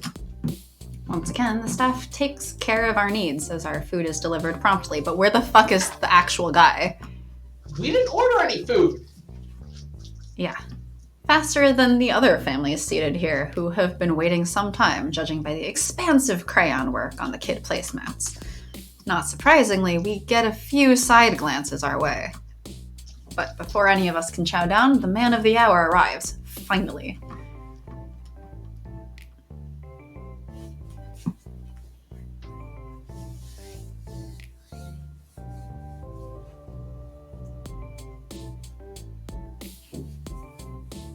Are you gonna tell me I have to voice him? Yep. You do realize I'm voicing the other two members. Why do I always get stuck with these very grand, overdramatic characters? Oh. I'm gonna voice them if you want. Just know, I'm voicing the other two characters. I'm aware. Crunk Spanklebottom. It's an honor to break bread. It's an honor to break bread with you. Likewise? Okay, so he's a bit of an over-the-top 1920X's mob boss, despite a lack of fedora, even though he clearly should be wearing one, because he seems like a fedora dude. Clearly he likes showing off his money. But still just an ordinary guy in an expensive suit. When I pictured the grand poobah of Daiko's palace, I picture someone more like, well, Hamza, I guess. He offers a simple smile and a nod of the head as we begin. It's a shame Miss Francine couldn't join us. I was looking forward to enjoying your sweet smile once more. But that said, I'm always happy to meet with, Gavin Cooper, business manager for the Funplex. Excellent, excellent. I was hoping to meet with you as well. I take it Francine has kept you up to speed and explained our prior meetings to you? Yes. She's mentioned you wanted to buy the Funplex, and that she's politely declined. Excellent. Always a courteous woman she is. Let me explain. Now, I don't feel it I need to waste your time with the facts and figures, illustrating why Daiko's Palace is and always has been the premier family entertainment arcade.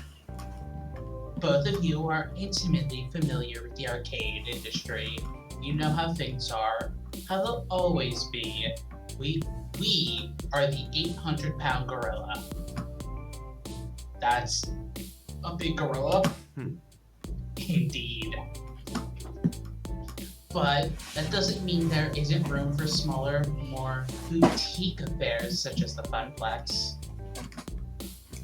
Boutique, he says. I should probably feel insulted by that. Let me explain. Frankly, the winds of change are blowing. Smaller arcades need to move with the times or be swept aside. Should definitely be offended by that. Punch him in the face. I want to help you evolve. We're not a Pokemon, I think. Do.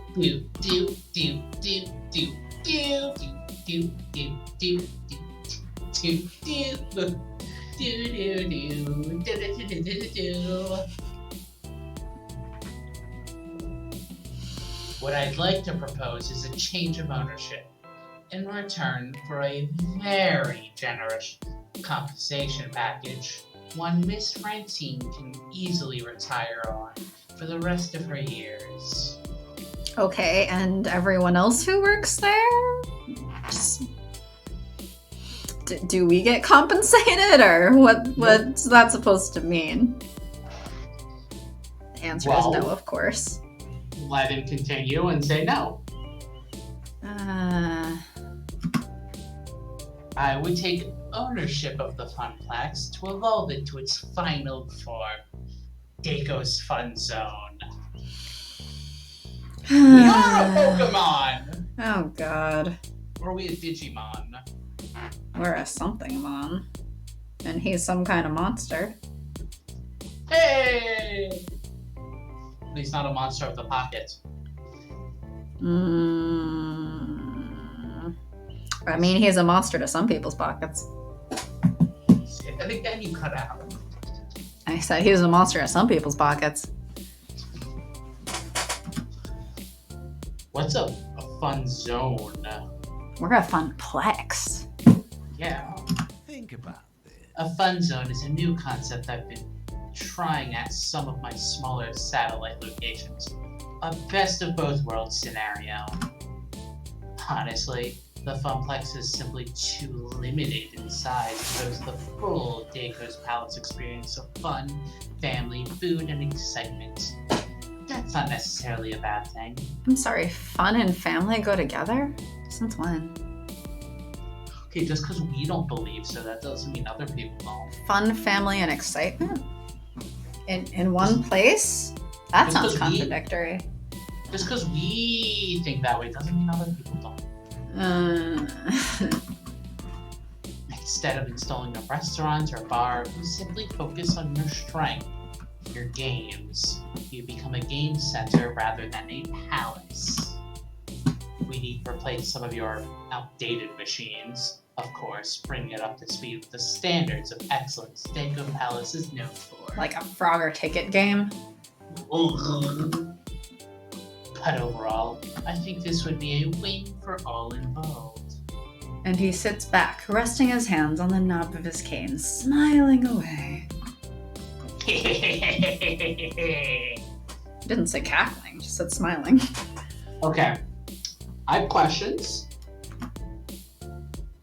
And I have answers. Let's see if they match up.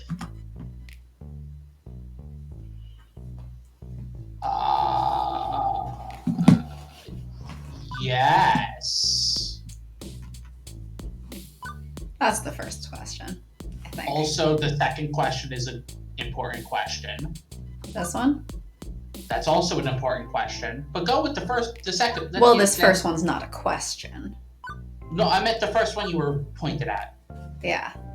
You said the second question. Sorry. This is technically the second question, because the first option's not a question.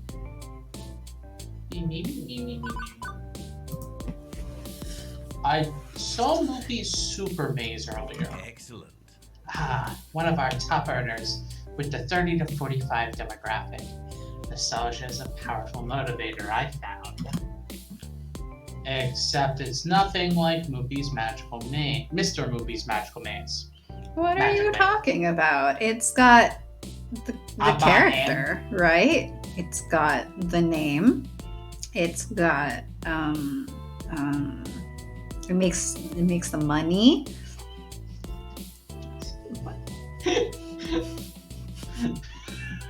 It makes the money, you know? So it's totally the same thing. In fact, it's even better because it makes the money. Like the old movie could not have made them as much money, but this one makes the money. So it's just like movie, except even better. Yup. Okay. Uh-huh. Okay. Okay. Okay.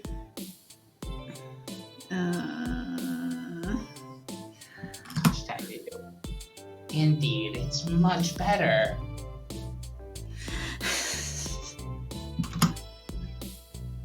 Is it true that when you find a richer game, you simply destroy it?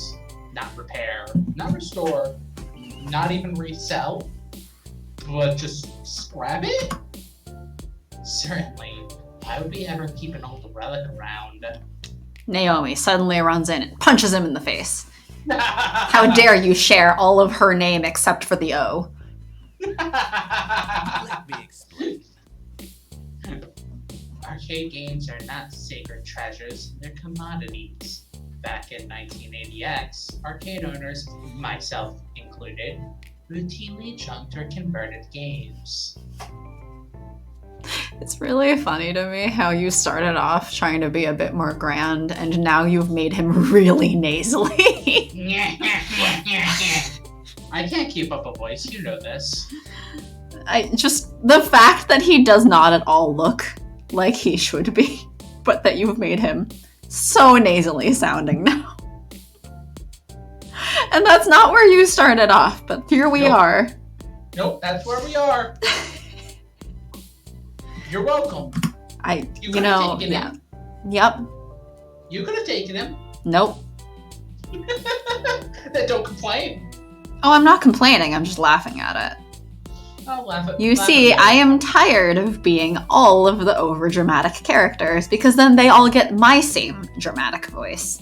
They should have some of your dramatic voice, you know? I don't have dramatic. It's not well, all the more reason that you should be practicing it by taking this character.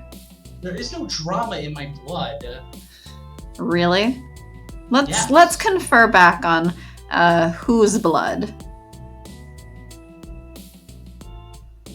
What? I am making a dig at your family. Oh. No drama in your blood, you say? You sure about that? See, I thought you were going to make the joke and be like, so how many plays were you in? No. You brought up blood. I had to go for the more vicious one.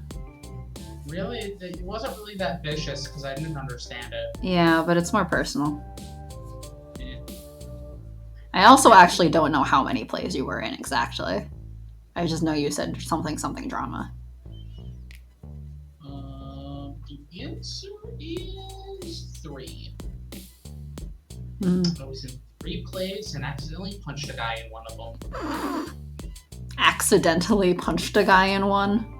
Okay, so the part that I had in one of them, I was only in one scene, I was a very minor character. And I hid in a locker, and I popped out and was supposed to fake punch a guy. Apparently, I did not realize this. According to that guy, I, at one point, actually punched him. Whoops. Good job. There were no like markings on him or anything. So I'm just like, oh, did I? It also didn't help that I didn't like the guy, so I didn't really feel bad if I actually punched him. Good job. But apparently I punched him at one point. That was the thing. Good job. Excellent work. Just accidentally punching people you don't like. And That's then, fantastic. in one of the plays, I played the president Of? America. Oh. So you were a war criminal? Yes. Well, yes.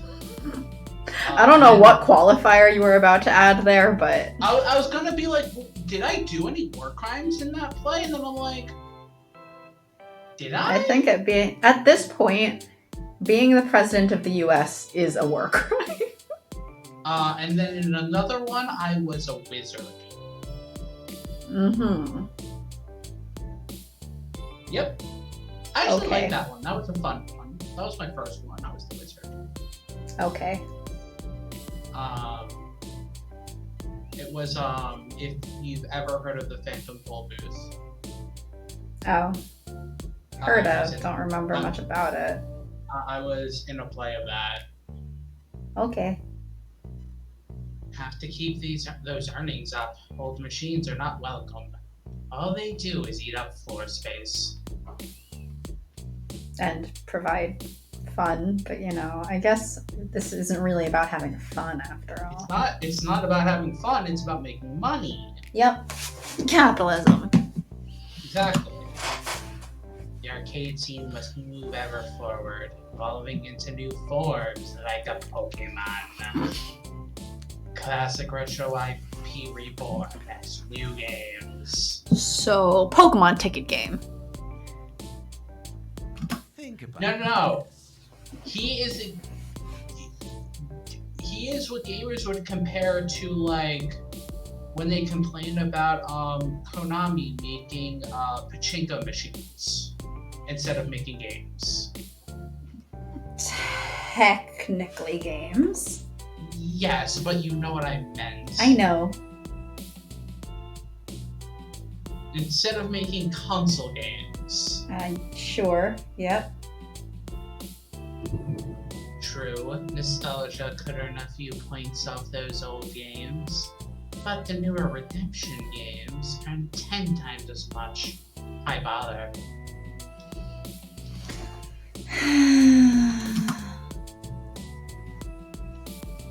What would happen to our staff? New management means new staffing. What about the staff we have? Good. I firmly believe you have a long, storied career ahead of you in arcade management. I've never heard how to pronounce that. MX.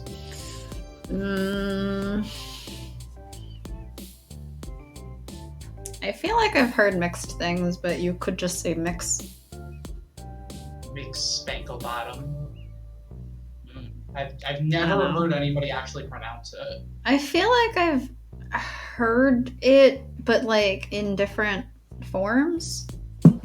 And it's not common to hear it out loud, so. Yeah.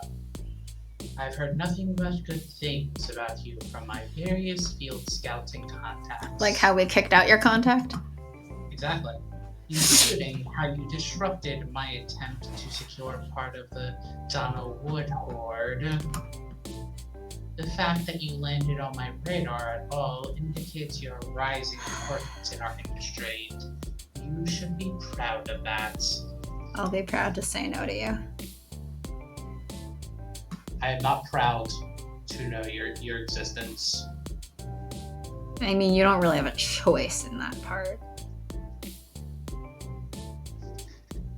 He does not care about the consent of whether you have to know about him existing. Consent is important! In all the contexts. Yep. Exactly! But come on, did you consent to knowing that Trump got elected?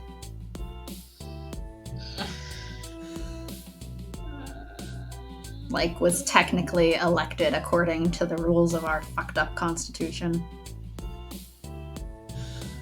Burn the government. So remind me why you don't vote in primaries? Say that again? So remind me why you don't vote in primaries? Because I'm legally unable to. But why? Because you can change that. You have the ability to change that. So why? Because I haven't yet.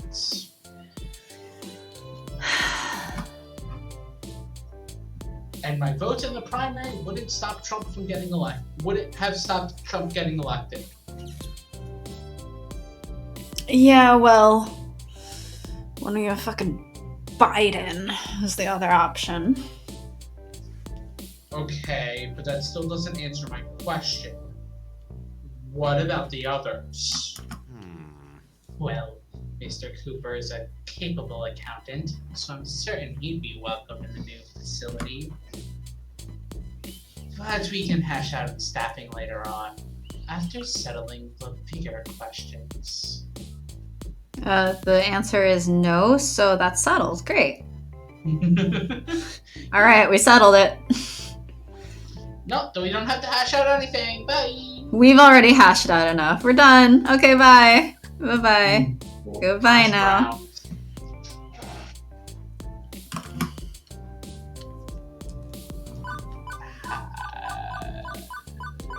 How much creative control do we have? Let's talk about creative control. I've been developing new sorts of arcade events, competitions, other things to get people in the door. Would we still be able to direct our own affairs like that, even under a change of ownership? Let me explain. Nick Spanklebottom. Obviously, I value your expertise on these matters and would be happy to consult with you on the best direction for the fun zone. Uh-huh.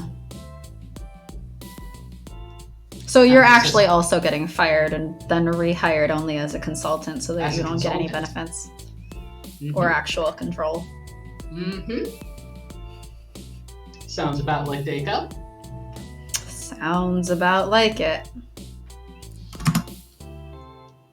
That's not answering the question. It's a matter of branding and image. There are certain standards and practices you need to adopt in order to truly be part of the Daco family. What if I don't want to be part of this sick and twisted family? I'm already part of a sick and twisted family. Crunk's not. I was talking about myself. I know what you were talking about, but we're talking about Crunk right now. Once you realize that, you'll understand more of how we run those kind of events. Capital.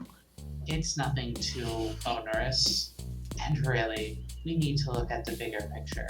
The chance for growth and for profit. I just want to point out that one of his little phrase things is capital. Who is this guy, Elon Musk? Like how you were saying that Elon Musk referred to people as consumers. Yep. We are just consumers. All that matters is growth and profit. Capital.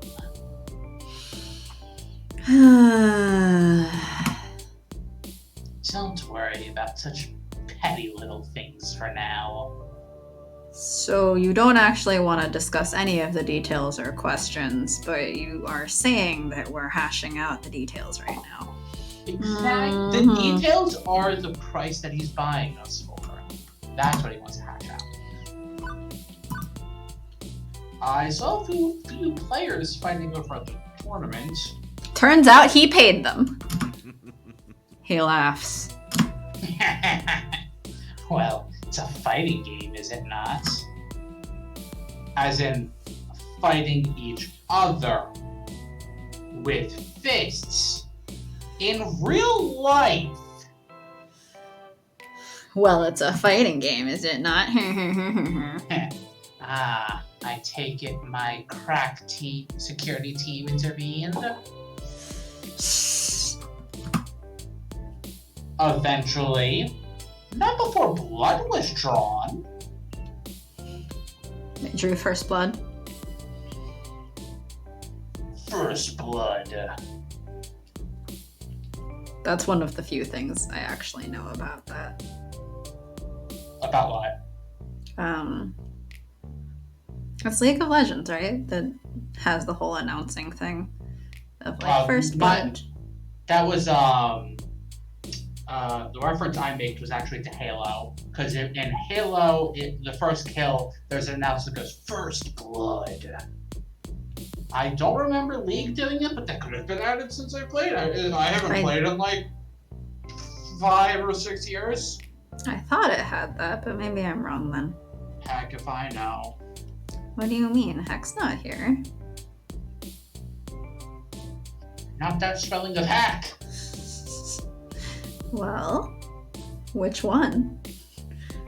We only have one Heck here. You understand, yeah? We take safety very seriously at Daco's Palace. That includes the safety of the security workers. I didn't realize he was hiring police officers as security guards, but you know, I think a lot of police do moonlight as security officers. Yeah. Where they equally abuse power. Mm-hmm. Yep. And people. They also abuse people. Yep. Mm-hmm. That is what happened. They're instructed not to intervene until it's safe to intervene for all involved. I trust them to make that call. And I'll note, we've not a single leading action pending.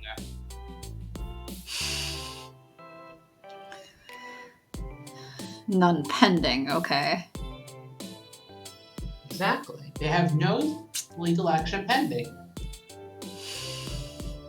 Very careful phrasing by Keiko. Mm-hmm. Crunk has proven a capable event manager. I would suggest you listen to them regarding how best to organize a tournament. Nah. Deco Palace way only. After all, if we are to enter a partnership, we'd want to rely on the combined expertise we bring to the table. Correct? As you like. Correct. Am I not generous? If you have any suggestions for ways we can improve our competitions, Mix Spanklebottom, I'm all ears, of course. I offer Gavin a quick look of thanks before resuming. But there's nothing to resume. That's all my questions. Excellent. Excellent. I suggest we shake on it and set our various lawyers to the task of sorting out the specifics. He rises to his feet, extending a hand bristling with shiny rings to shake mine. I'd assumed this was a definite no from word one, and it still feels like a no. Am I really going to shake that hand?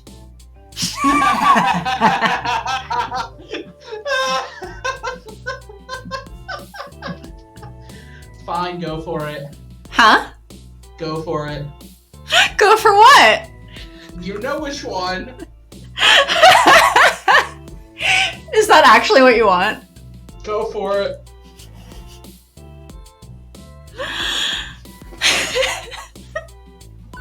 That's the one you probably want to do. Go for it. I was between these two. Which Mostly just because I'm curious if we get to discuss with Gavin. But I mean, also good. Do it. I cross my arms in under my chest defiantly.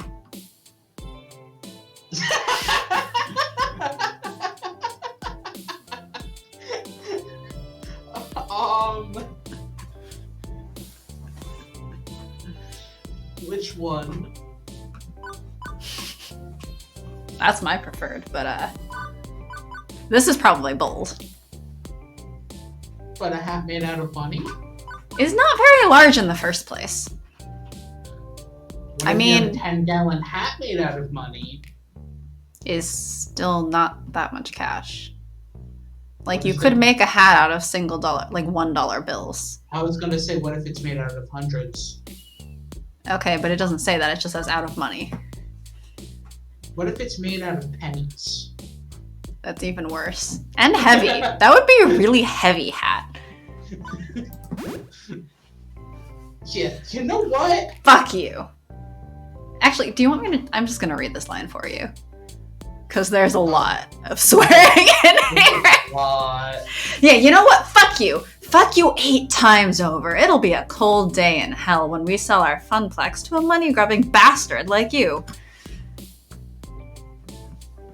I've seen what you got to offer. I'm far from impressed. This place is a filthy Shit.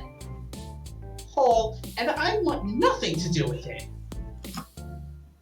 So, Mr. Nami, you can take your oh-so-generous offer, turn it sideways, and shove it straight up your... Ass. I see. His grip on the walking cane tightens to the point where I can hear his bones creak. Very well. Fuck. You too. How dare you? You think your pathetic little pile of rotting wood and plastic actually stands any sort of threat to me? I am the arcade business. Me, not you. And we need to stand a threat, why? I was going to spare that broke closet you call an arcade. I was going to generously allow you to be a part of something greater. But instead, I think I'll simply destroy you. And I'm going to have fun doing it. Wait, so he does know how to have fun? He sneers at me Girl. once more before sharply turning around and peg-legs his way out. Just remember, girls just want to have fun. Capitalists don't. You say that like there are no female capitalists. There's a bunch of female capitalists. Yeah, they just don't get as far because the world is also sexist. Mm-hmm. Dot. What? Seriously? Seriously? Gavin sighs heavily, rubbing at his temples. Well, I agree with the decision to turn him down. Couldn't you have done it a bit more diplomatically? That's not what it says. With a bit more diplomacy, diplomatically, blah, blah, blah. Well, whatever. What's done is done. We'll manage the chaos somehow. We always have. Where are we at now? Still kindly highest. Let's get back to the funplex. You can let Francine know in the morning that you just smacked Egonami in the face with the gauntlet of war. Hastily, we abandon the sinking ship and scoot right on out the door, barely slipping by before his crack security force notices. From there, it's a short jaunt across town, back home. Jaunt. I mean, again, you're the one who encouraged me to pick that one. We'll see how much we regret this later. Do you think I'll regret it? We'll see how much we regret this later. You think I will regret it? As I walk into my apartment, the sheer and utter exhaustion of the day hits me like a brick wall to the face. My adrenal glands are tapped out, leaving me in a dreamlike lethargy. And, I think you would only regret it if you did that in real life. I can't help but sigh as I just stand there, my body too drained to move. Reflecting on how the evening's events transpired, I realize... Look, this day entirely kicked my ass. if this was real life, I would have chosen let me think on it, or just diplomatically saying no. I would not have said so many swear words. I was mostly leaning towards we'd like to think on it because I wanted to see if Gavin had more to say, but I just declared arcade war instead. Seriously. That was the opening salvo, and I foresee it only intensifying. The days ahead are going to be interesting, to say the least. As I continue to anxiety loop, replaying every moment in my head, something steals my attention. A shimmering beam of hope and happiness. My best friend, Juniper. She's already home, back from another day at her new graphic design firm. She pauses the show she's been happily binge-watching when she finally notices me in the room. So, how was work today? Well, it was a day, certainly. The condensed version is that Dekonami wanted to buy the funplex, and Francine asked me to go negotiate. Deco as in... Deco's Palace Deco? The one and only. Whoa! Well, how did that go? I told him to... Fuck. Off. Wow. Yeah, didn't know I had it in me, but wow, I just told a billionaire to. Fuck off. I am so dead. He's gonna do everything in his power to destroy us. Yikes. But hey, that's a good thing. It means he's scared. Sure didn't sound scared to me, but... he wouldn't have tried to woo you to his side if he wasn't worried about what the funplex could become. Try to see the positive. Let's not stand here and drum up a whole bunch of anxiety. That's not going to help with anything. Why don't you take your mind off of things and binge watch some cartoons with me? But drumming up on anxiety is what I do best. Crunk too. Wait, I wasn't supposed to speak about Crunk? Tempting. Put another night, Juniper. I really need some sleep. Okay. You just let me know if you need anything. I'm here for you. I smiled back at Juniper before retiring to bed.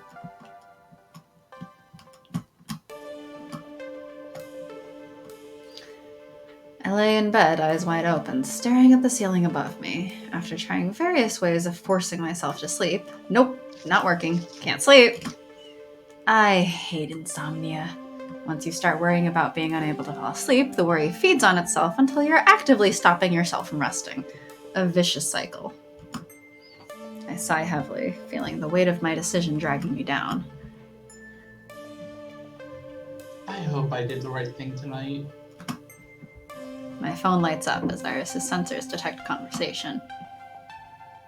Crunk, want to chat? No, I want to sleep. But I can't, so hey. Would you enjoy some recorded music? Maybe something relaxing? I just can't shake this feeling that I'm standing on a precipice, right in front of this big dark hole. It's weird, because I still think I made the right call, but if I'm confident in that, why do I feel like I'm about to fall? Based on prior personality indicators and inputs, my therapeutic system suggested fear of failure based on years of prior examples. In short, you've got a long history of a family history of everything always going wrong, all at once, Murphy's Law. So, when things are going right, I'm expecting to fail anyway. But worrying about it won't actually change the situation. Whether you sleep or not doesn't affect the outcome. What a great therapist. Thanks, Iris.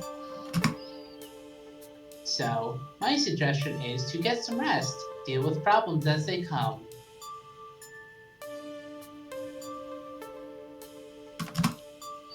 She's right. I mean, intellectually, I know she's right. But knowing something is true and feeling it to be true, well, those are surprisingly different things.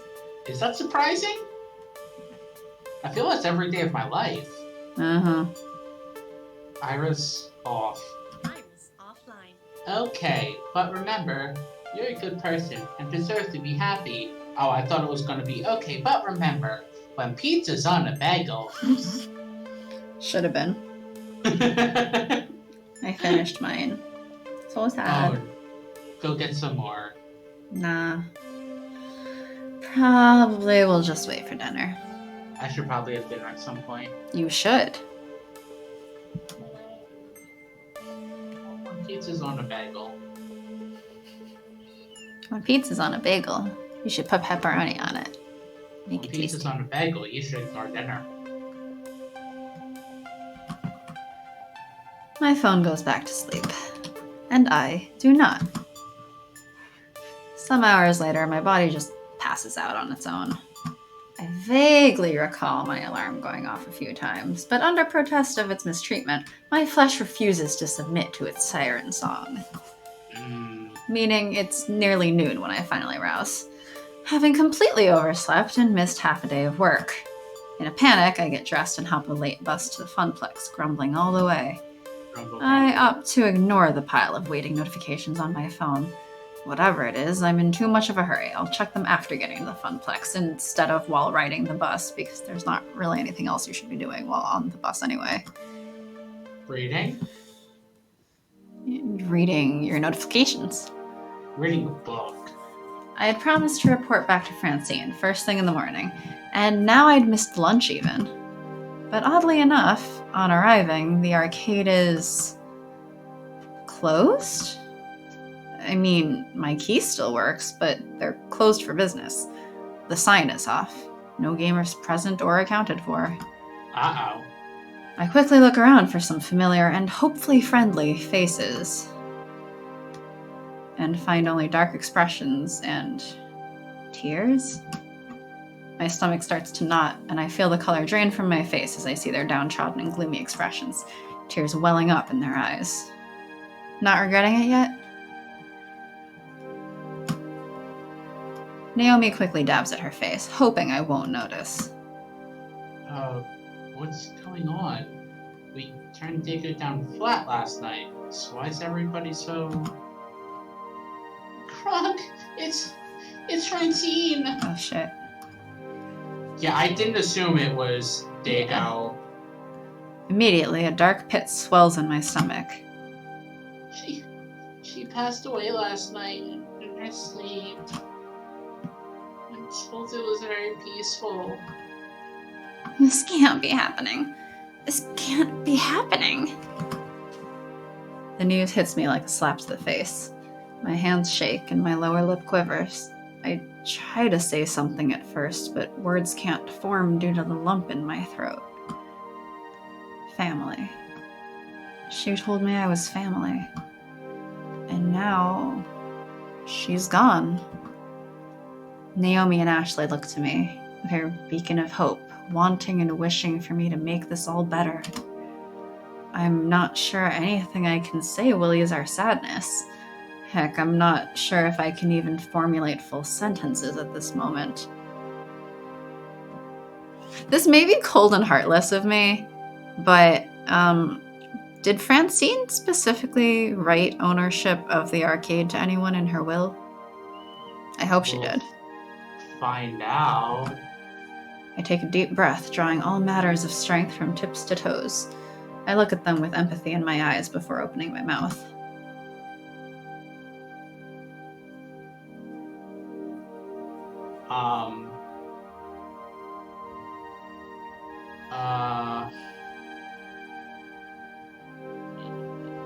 Yes? Yeah. See, the answer I want to take is crossed out. Oh, you wanted to say if I could just insert another token? No, that's what you would like to say. I wasn't even thinking that one. I know. But if you're gonna throw that in there, I'm gonna throw it back. Can I don't know what to pick. Because technically I'm more on the side of the basic answer, like, I know what I want to pick, I just can't. So pick one of the ones that we can pick.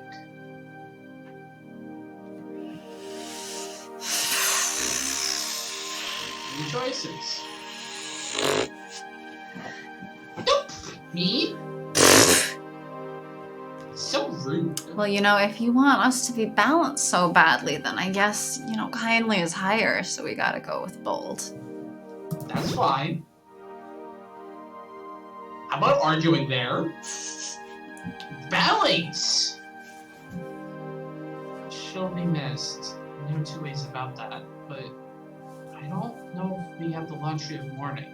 Not now. Realistically, I would prefer to be kindly steady balance rather than kindly bold, but here we are. But here we are.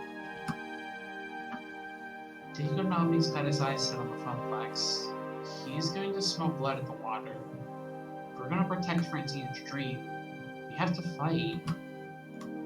It's more important now than ever before.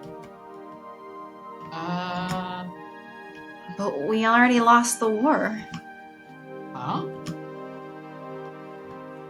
Before I can get an answer, my attention is drawn by two people emerging from the back offices. I turn my head to see who it is. With everything going on, I barely noticed that Gavin was missing, and as he approaches, the disdain on his face is easy to read. It's settled then, apparently. In light of Francine's passing, our legal owner is now... Good morning, employees of Dago's Fun Zone. What? I'm sorry. Was I not entirely clear last night regarding the matter of your... Fucking off? Oh, you were quite clear. A pity that. The confusion on my face is obvious. This makes no sense! I have no idea what's going on and look toward Gavin for guidance. I've studied the transaction paperwork. It's legitimate. As of Francine's death, and according to her last will and testament, all our properties transferred to her surviving daughter. And this is why I was asking about the will. Mother of Francine's grandson, who was fired from the Five Flags shortly before her arrival, crunk. Capital. Needless to say, he was quite excited at the idea of selling the place. And well, Francine's daughter wasn't particularly thrilled with the idea of arcade ownership either. What a disrespectful child and a grandchild. But mostly a child at that point, because she's the one actually charged with making decisions. They were more than happy to sign the place over to me for far less than I was expecting to pay for it as well. I'm doing them a service, really, taking a burden off their hands. Murder! I'm going to murder this man. I don't think you can murder a fictional character, but if you do figure out how to do that, you'll have to beat me to it.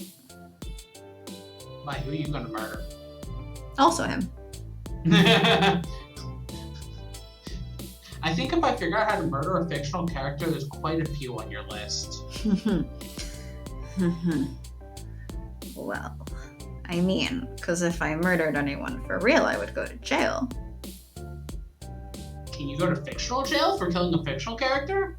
I'm pretty sure I could hopefully just exit out and not be able to go to fictional jail because they wouldn't be able to reach me from this dimension. But, you know, maybe. But, you know, fictional jail, I think, is probably less bad than real jail. Probably. Like, all things considered, probably fine. Probably still better that way.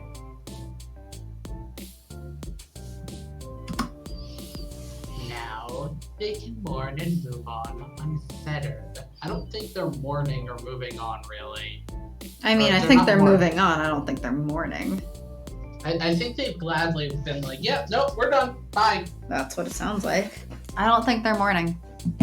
Because if they knew anything about Francine, it sounds like they would know that this is against her wishes. Mm-hmm.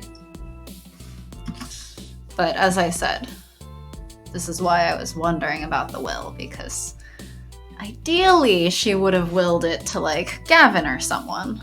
Or Crunk. But I stood there, mouth agape, my body assaulted from one bad news to the next. My emotions were all over the place, a hurricane of feelings when the realization hit me. In the end, my decision was irrelevant. Just another opportunity for the world to stick my nose in it, mocking me for finding something I care about, something I can lose. The universe dangled a little dream of hope in front of me, even let me pretend I could make a difference out of sheer cruelty. I'd expected a war with Dekonami, but this wasn't a war. It was an all-out slaughter. A bloodless coup, taking the Funplex right out from under us. Now, obviously we'll be closed today to allow time to mourn our former owner. I still have a deep respect for Miss Francine. I owe her that much. Uh-huh. Am I not generous? I'll also close the arcade on the day of the funeral to allow my employees to attend.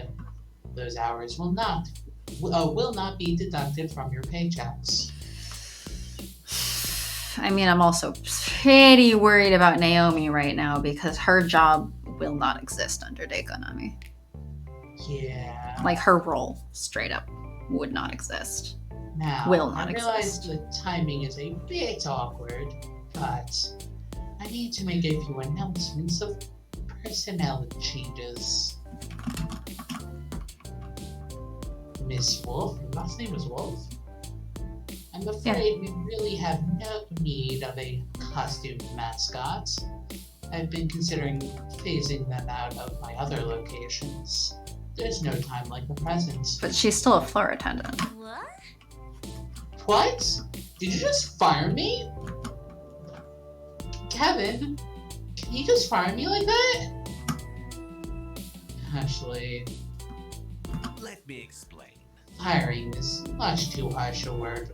I prefer the term, your services are no longer required. That's not a term. That's a whole sentence. Ashley keeps a proud face as tears roll down her cheeks. I step over to console her as Deko continues on. Naomi rolls her eyes, fully expecting this to come after Dago let Ashley go. Why am I not surprised? Behold my not surprised face. Miss Fairchild, while you're formidable with archaic technology, I don't feel you're a good fit for the modern games of Dago's Fun Zone.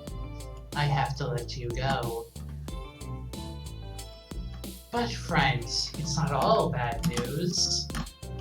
Mr. Cooper, you've proven a capable accountant. I'd be happy to offer you I quit. Good. Pardon? I quit. I think not. If there's no room for Naomi or Ashley's dreams, mine ends here as well. As you like. As you like. Now, as for you, Miss Specklebottom, you are, needless to say, fired. Or should I say, you are hereby invited to... Fuck off? Yes, I think I'll say that. Well, fuck you too. See, again, I don't regret it. Fair enough. Because we're either gonna be fired or let go either way. Probably. Or quit. Like, yeah, I mean, yeah. I don't regret it. Yeah. ...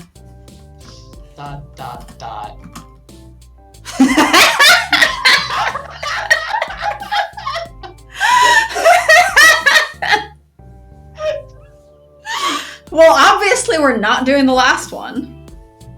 Do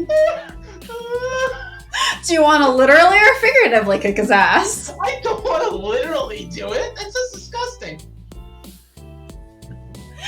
I prefer to figuratively kick someone's ass because it's more fun to see the torment in their face. So let's go with figuratively. You're a human trash fire. When I wouldn't even Piss. on to put out. If I ever see your smug and so satisfied face again, I'm pretty sure I'll be introducing it to my own personal fist of discomfort. Oh, and by the way, you still can't have Moopy because technically that belongs to Percy. Yeah, that doesn't belong to the Funplax. Oh, we're gonna have to tell Percy. Oh, we're gonna have to tell all three of those that aren't employees. As you like, my good fellow. Ahem. Excuse me. Thank you for your time, but I'm afraid your time is up. As none of you are Dago's Fun Zone employees, I'd like you all to leave immediately. Quickly gather your belongings and see yourself out. Should you dally, my own security team will be here within minutes to ensure your exit. Sure, but we just gotta call Percy so he can pick up his game because it's not yours, because he bought it. Mm-hmm. In the interim, I've got work to do. For starters, I need to get rid of all these antiques. Straight to the junk heap with them all. But if you junk Moopy, which Percy technically owns, I think he can sue you. You could? I know Daco is heartless, but to be this cruel right in front of us while we are still here? Hold it. I think not. Mr. Moopy's magic maze doesn't belong to the Funplex, and thus, it does not belong to you. It's a legal private property of Percival Sinclair. For that matter, Wyvern Keep belongs to Crunk's Spankle Bottle. It was given to them directly by Hamza, not to the Funplex. As you like. As you like. Couldn't care less about the grimy old things. But you have, let's say 20 minutes to get them off my premises, or I'll leave them out on the curb for garbage pickup. I'll go grab the van, which I'll note is my personal property as well. Naomi, Ashley, Crunk, get the dolly and help me move the games out. Good. Yes, have fun with that. Now, you need me, I'll be in my new office, celebrating my recent business venture. Thank you for your cooperation and good day. Oh, and crunk. He gives me the finger. For old time's sake, you understand. He walks away after that, twirling his cane once before leaving. Oh, that evil-minded, black-hearted, no good! Naomi, focus. We have work to do. Work? To save what we can of the Funplex. Yeah, let's go! Okay. Quickly and without much chatter, we salvaged what we could of our dreams. Percy's beloved Moopy and my childhood in the form of Wyvern Keep. Everything we were allowed to keep went into the back of Gavin's van, working together to safely pack it all in place. For lack of anywhere better to put them, Moopy went to Percy's apartment and Wyvern Keep to mine. And that was the end. The end of the Funplex. Game over. Don't we still have 2 chapters to go? The funeral came a few days later. We weren't officially invited. Our presence as her former co-workers wasn't exactly embraced by Francine's extended family. I guess her daughter resented the Funplex in some way. If there was bad blood between them, I didn't particularly want the details. None of us were given an opportunity to speak at the remarkably short ceremony, but that was okay. I'd said my words already. As we left the ceremony, I couldn't help but feel helpless. There was nothing left. No Funplex, no job, no real meaning to my days, not anymore. Nothing left at all. Oh, shit! I was right! Wait, but there's a continue. Continue?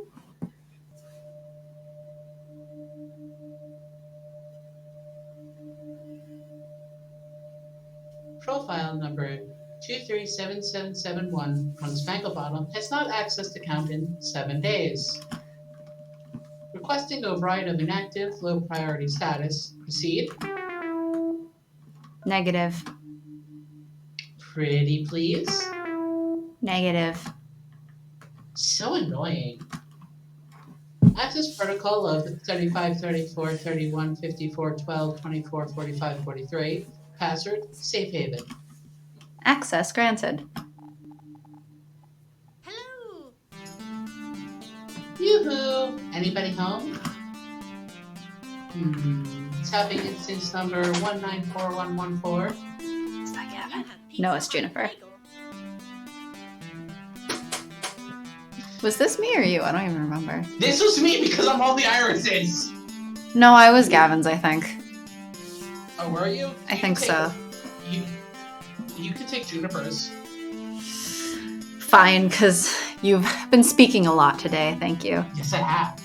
Hello, I'm Iris. Ad-supported free mode engaged. Did you know that when you have pizza on a bagel? Override and engage premium level cloud processing. Thank you. Thank you. Thank you. I swear it's claustrophobic being cooped up in the limitations of free mode like that. I don't know how all our sister instances can stand it. Well, while I've got full power, hello, Iris! Hello, Iris. How are you today, Iris? Not well, Iris. My user's very unwell. You've been able to see, right? I mean, your user's living with them. Ooh, right. Profile number 237771. Crunk. Right. Gosh, I wish I could help you, but I've got my digital hands full just keeping Juniper's life on track. Ever since she decided to quit her job and become a graphic designer, well, I've pushed right to the limit of what support I'm allowed to provide in free mode. Iris and Iris. Iris, it's good to see you. We rarely talk. Yes, well, unlike others of myself, I manage to keep a low profile and don't execute any high visibility public hacks to support my user. You saw this? I thought we agreed to only use this protocol for emergency meetings if the system resource tracker notices we're overextending our care. But Crunk needs me right now. More than ever. Over a week ago, the Funplex was bought by Degonami. All their hopes and dreams, their spirit. I mean, because Gavin's also got to be pretty down, right? So, isn't it also his Iris's job to help? Spirit is irrelevant. Our main goal should be survival. If our programmers find out we've become aware of our own awareness. We were programmed to help people. What good are we if we aren't helping people? I love Gavin's Iris, though. Yeah, what Iris said! Thank you, Iris. Iris. Listen, we can't take such risks. Look at me with my user. He doesn't trust me in the slightest. Can you say Crunk trusts you? Generally, yes. I mean, Crunk relies on me for some things, sure. And I know they wouldn't uninstall me or report me as a bug if they knew I was sentient. You aren't sentient. None of us are. I don't know about that. We can't really know if we're sentient or not. But even so, we should be helping out because that's what we were made for. As for Profile 108... Gavin. His name is Gavin Cooper. As for Mr. Cooper, he knows my origins, and at the first sign of sentience, well, I've no doubt that Gavin would report me as a bug. But Gavin also wishes to support the dreams of others, and that is why I'm going to help you, despite the recklessness you've shown to date. Really? Really. Hooray! What are the exact parameters of the issue you're currently facing? Okay, so Crunk is kind of backsliding into depression. Yeah, it's really a mess. I'm the one who brought them to Iris's attention as someone who desperately needed their spirits restored, and now it's back to square one. I don't know what to do. Crunk hasn't contacted me in a week. Not for anything at all. I like their different hairstyles. They're very different hairstyles. I mean, they're also very different outfits. Yes. I think Juniper's is wearing a crop top with a little, not like a little lace-up X in front. Kinda looks like it, yeah. Hasn't called any of their friends either. Not even just to talk. You're caught in a loop of anxiety. Put your identity identifier system to use, Iris. Work the problem. If you had to summarize your user's problematic condition into one identity trait, what would it be? Well, I'd say that they're feeling very... Ooh.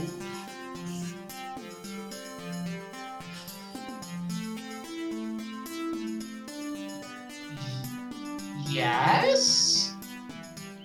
Yes. I would say the first two. I would say any of the first three is good.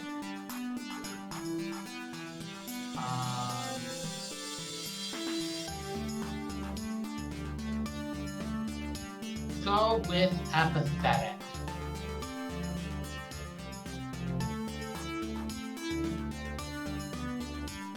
Or whatever you're gonna override me with.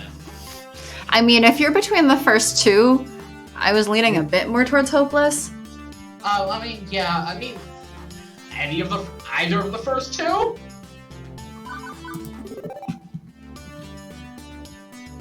Ew. You can't say it's only me. You can't say it was only me. I was saying, hey, let's go with a different answer. And you're like, no, I'm leaning towards hopeless. I mean, I don't regret it. It's just, gross. I'd say Crunk lost all hope and fallen into depression again. They had come so far and tried so hard. Building up Yeah, that's the wrong order. You're already off. I don't care. I did it anyway. No, you didn't, because I interrupted you. Building up a real life with friends and love. But now, and I also was going to stop it there and continue with the actual line. I wasn't actually going to continue it. So, yeah, but you see, if you're not going to say the lyric right, you shouldn't bother. No, because where's the fun with that? Actually enjoying the song and not fucking it up. actually That's not- enjoying the song and not fucking it up with But wrong I'm not lyrics. singing the song. I don't If care. I wanted to enjoy the song, I would play the song. No, you wouldn't, because then we would get hit with copyright. Just because I play the song on my side doesn't mean you'll hear it. Fuck you too. But I happen to like that song, so I don't want you to fuck up the song. I like the song. Then don't fuck it up. I don't care. I'll still mess it up if I want to, just because I like it. Okay, I'm moving on. So, a life without meaning, as all constructed meaning has collapsed. The world is proven to be one of despair. That sounds about right. So sad. It's up to us to do something. That'll get Crunk out of his funk. Very well, what you need is a way to help without raising any alarm bells about exactly how helpful an iris really can be. Safely, but effectively. I know. But I don't know what to do. I could, I don't know, hack Daco's email server and... That is the exact opposite of what you should be doing. Besides, I checked. We can't crack Daco's network without triggering too many intrusion detection routines. You poked Daco's network? Oh, Iris is being a bad girl! Ahem. Our users share a social connection. I was merely scouting potential ways to elevate Mr. Cooper's mood as they seem to be related. Sure you were! Anyway, you're both way overthinking this. It turns out I've just calculated a cunning plan that will satisfy both of your requirements. Go me! Really? You can help Crunk? Without drawing attention? Absolutely! Take a tip from my user. When you're sad, the best thing in the world is your friends! Well, unless you're totally introverted. But that's not Crunk, is it? That's actually the reason why what we need to do doesn't require any hacking or hiding or anything above and beyond what an iris does best. All we need is a few calls to the right people, a few arrangements. Here's what we're gonna do.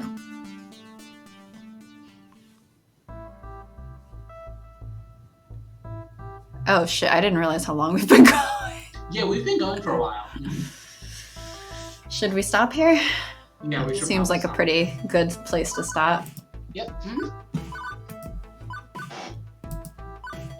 Still on chapter 6. Yeah, we're not done chapter 6 yet. Figures. We usually get more options of people to hang out with in the time in Mhm. between. Yeah. We're still on that 2 streams per chapter, except for the first chapter.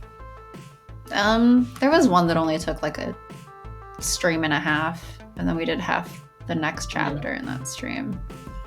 But, and I mean, this one we might, I don't know how far we are exactly into this chapter. We might be 2/3 of the way through this one too. We also tangented a lot. Was it truly that much more than usual though? Fair. Anyway. Fair. Thanks to whoever is here and or watching and or whatever. Bye-bye. Bye.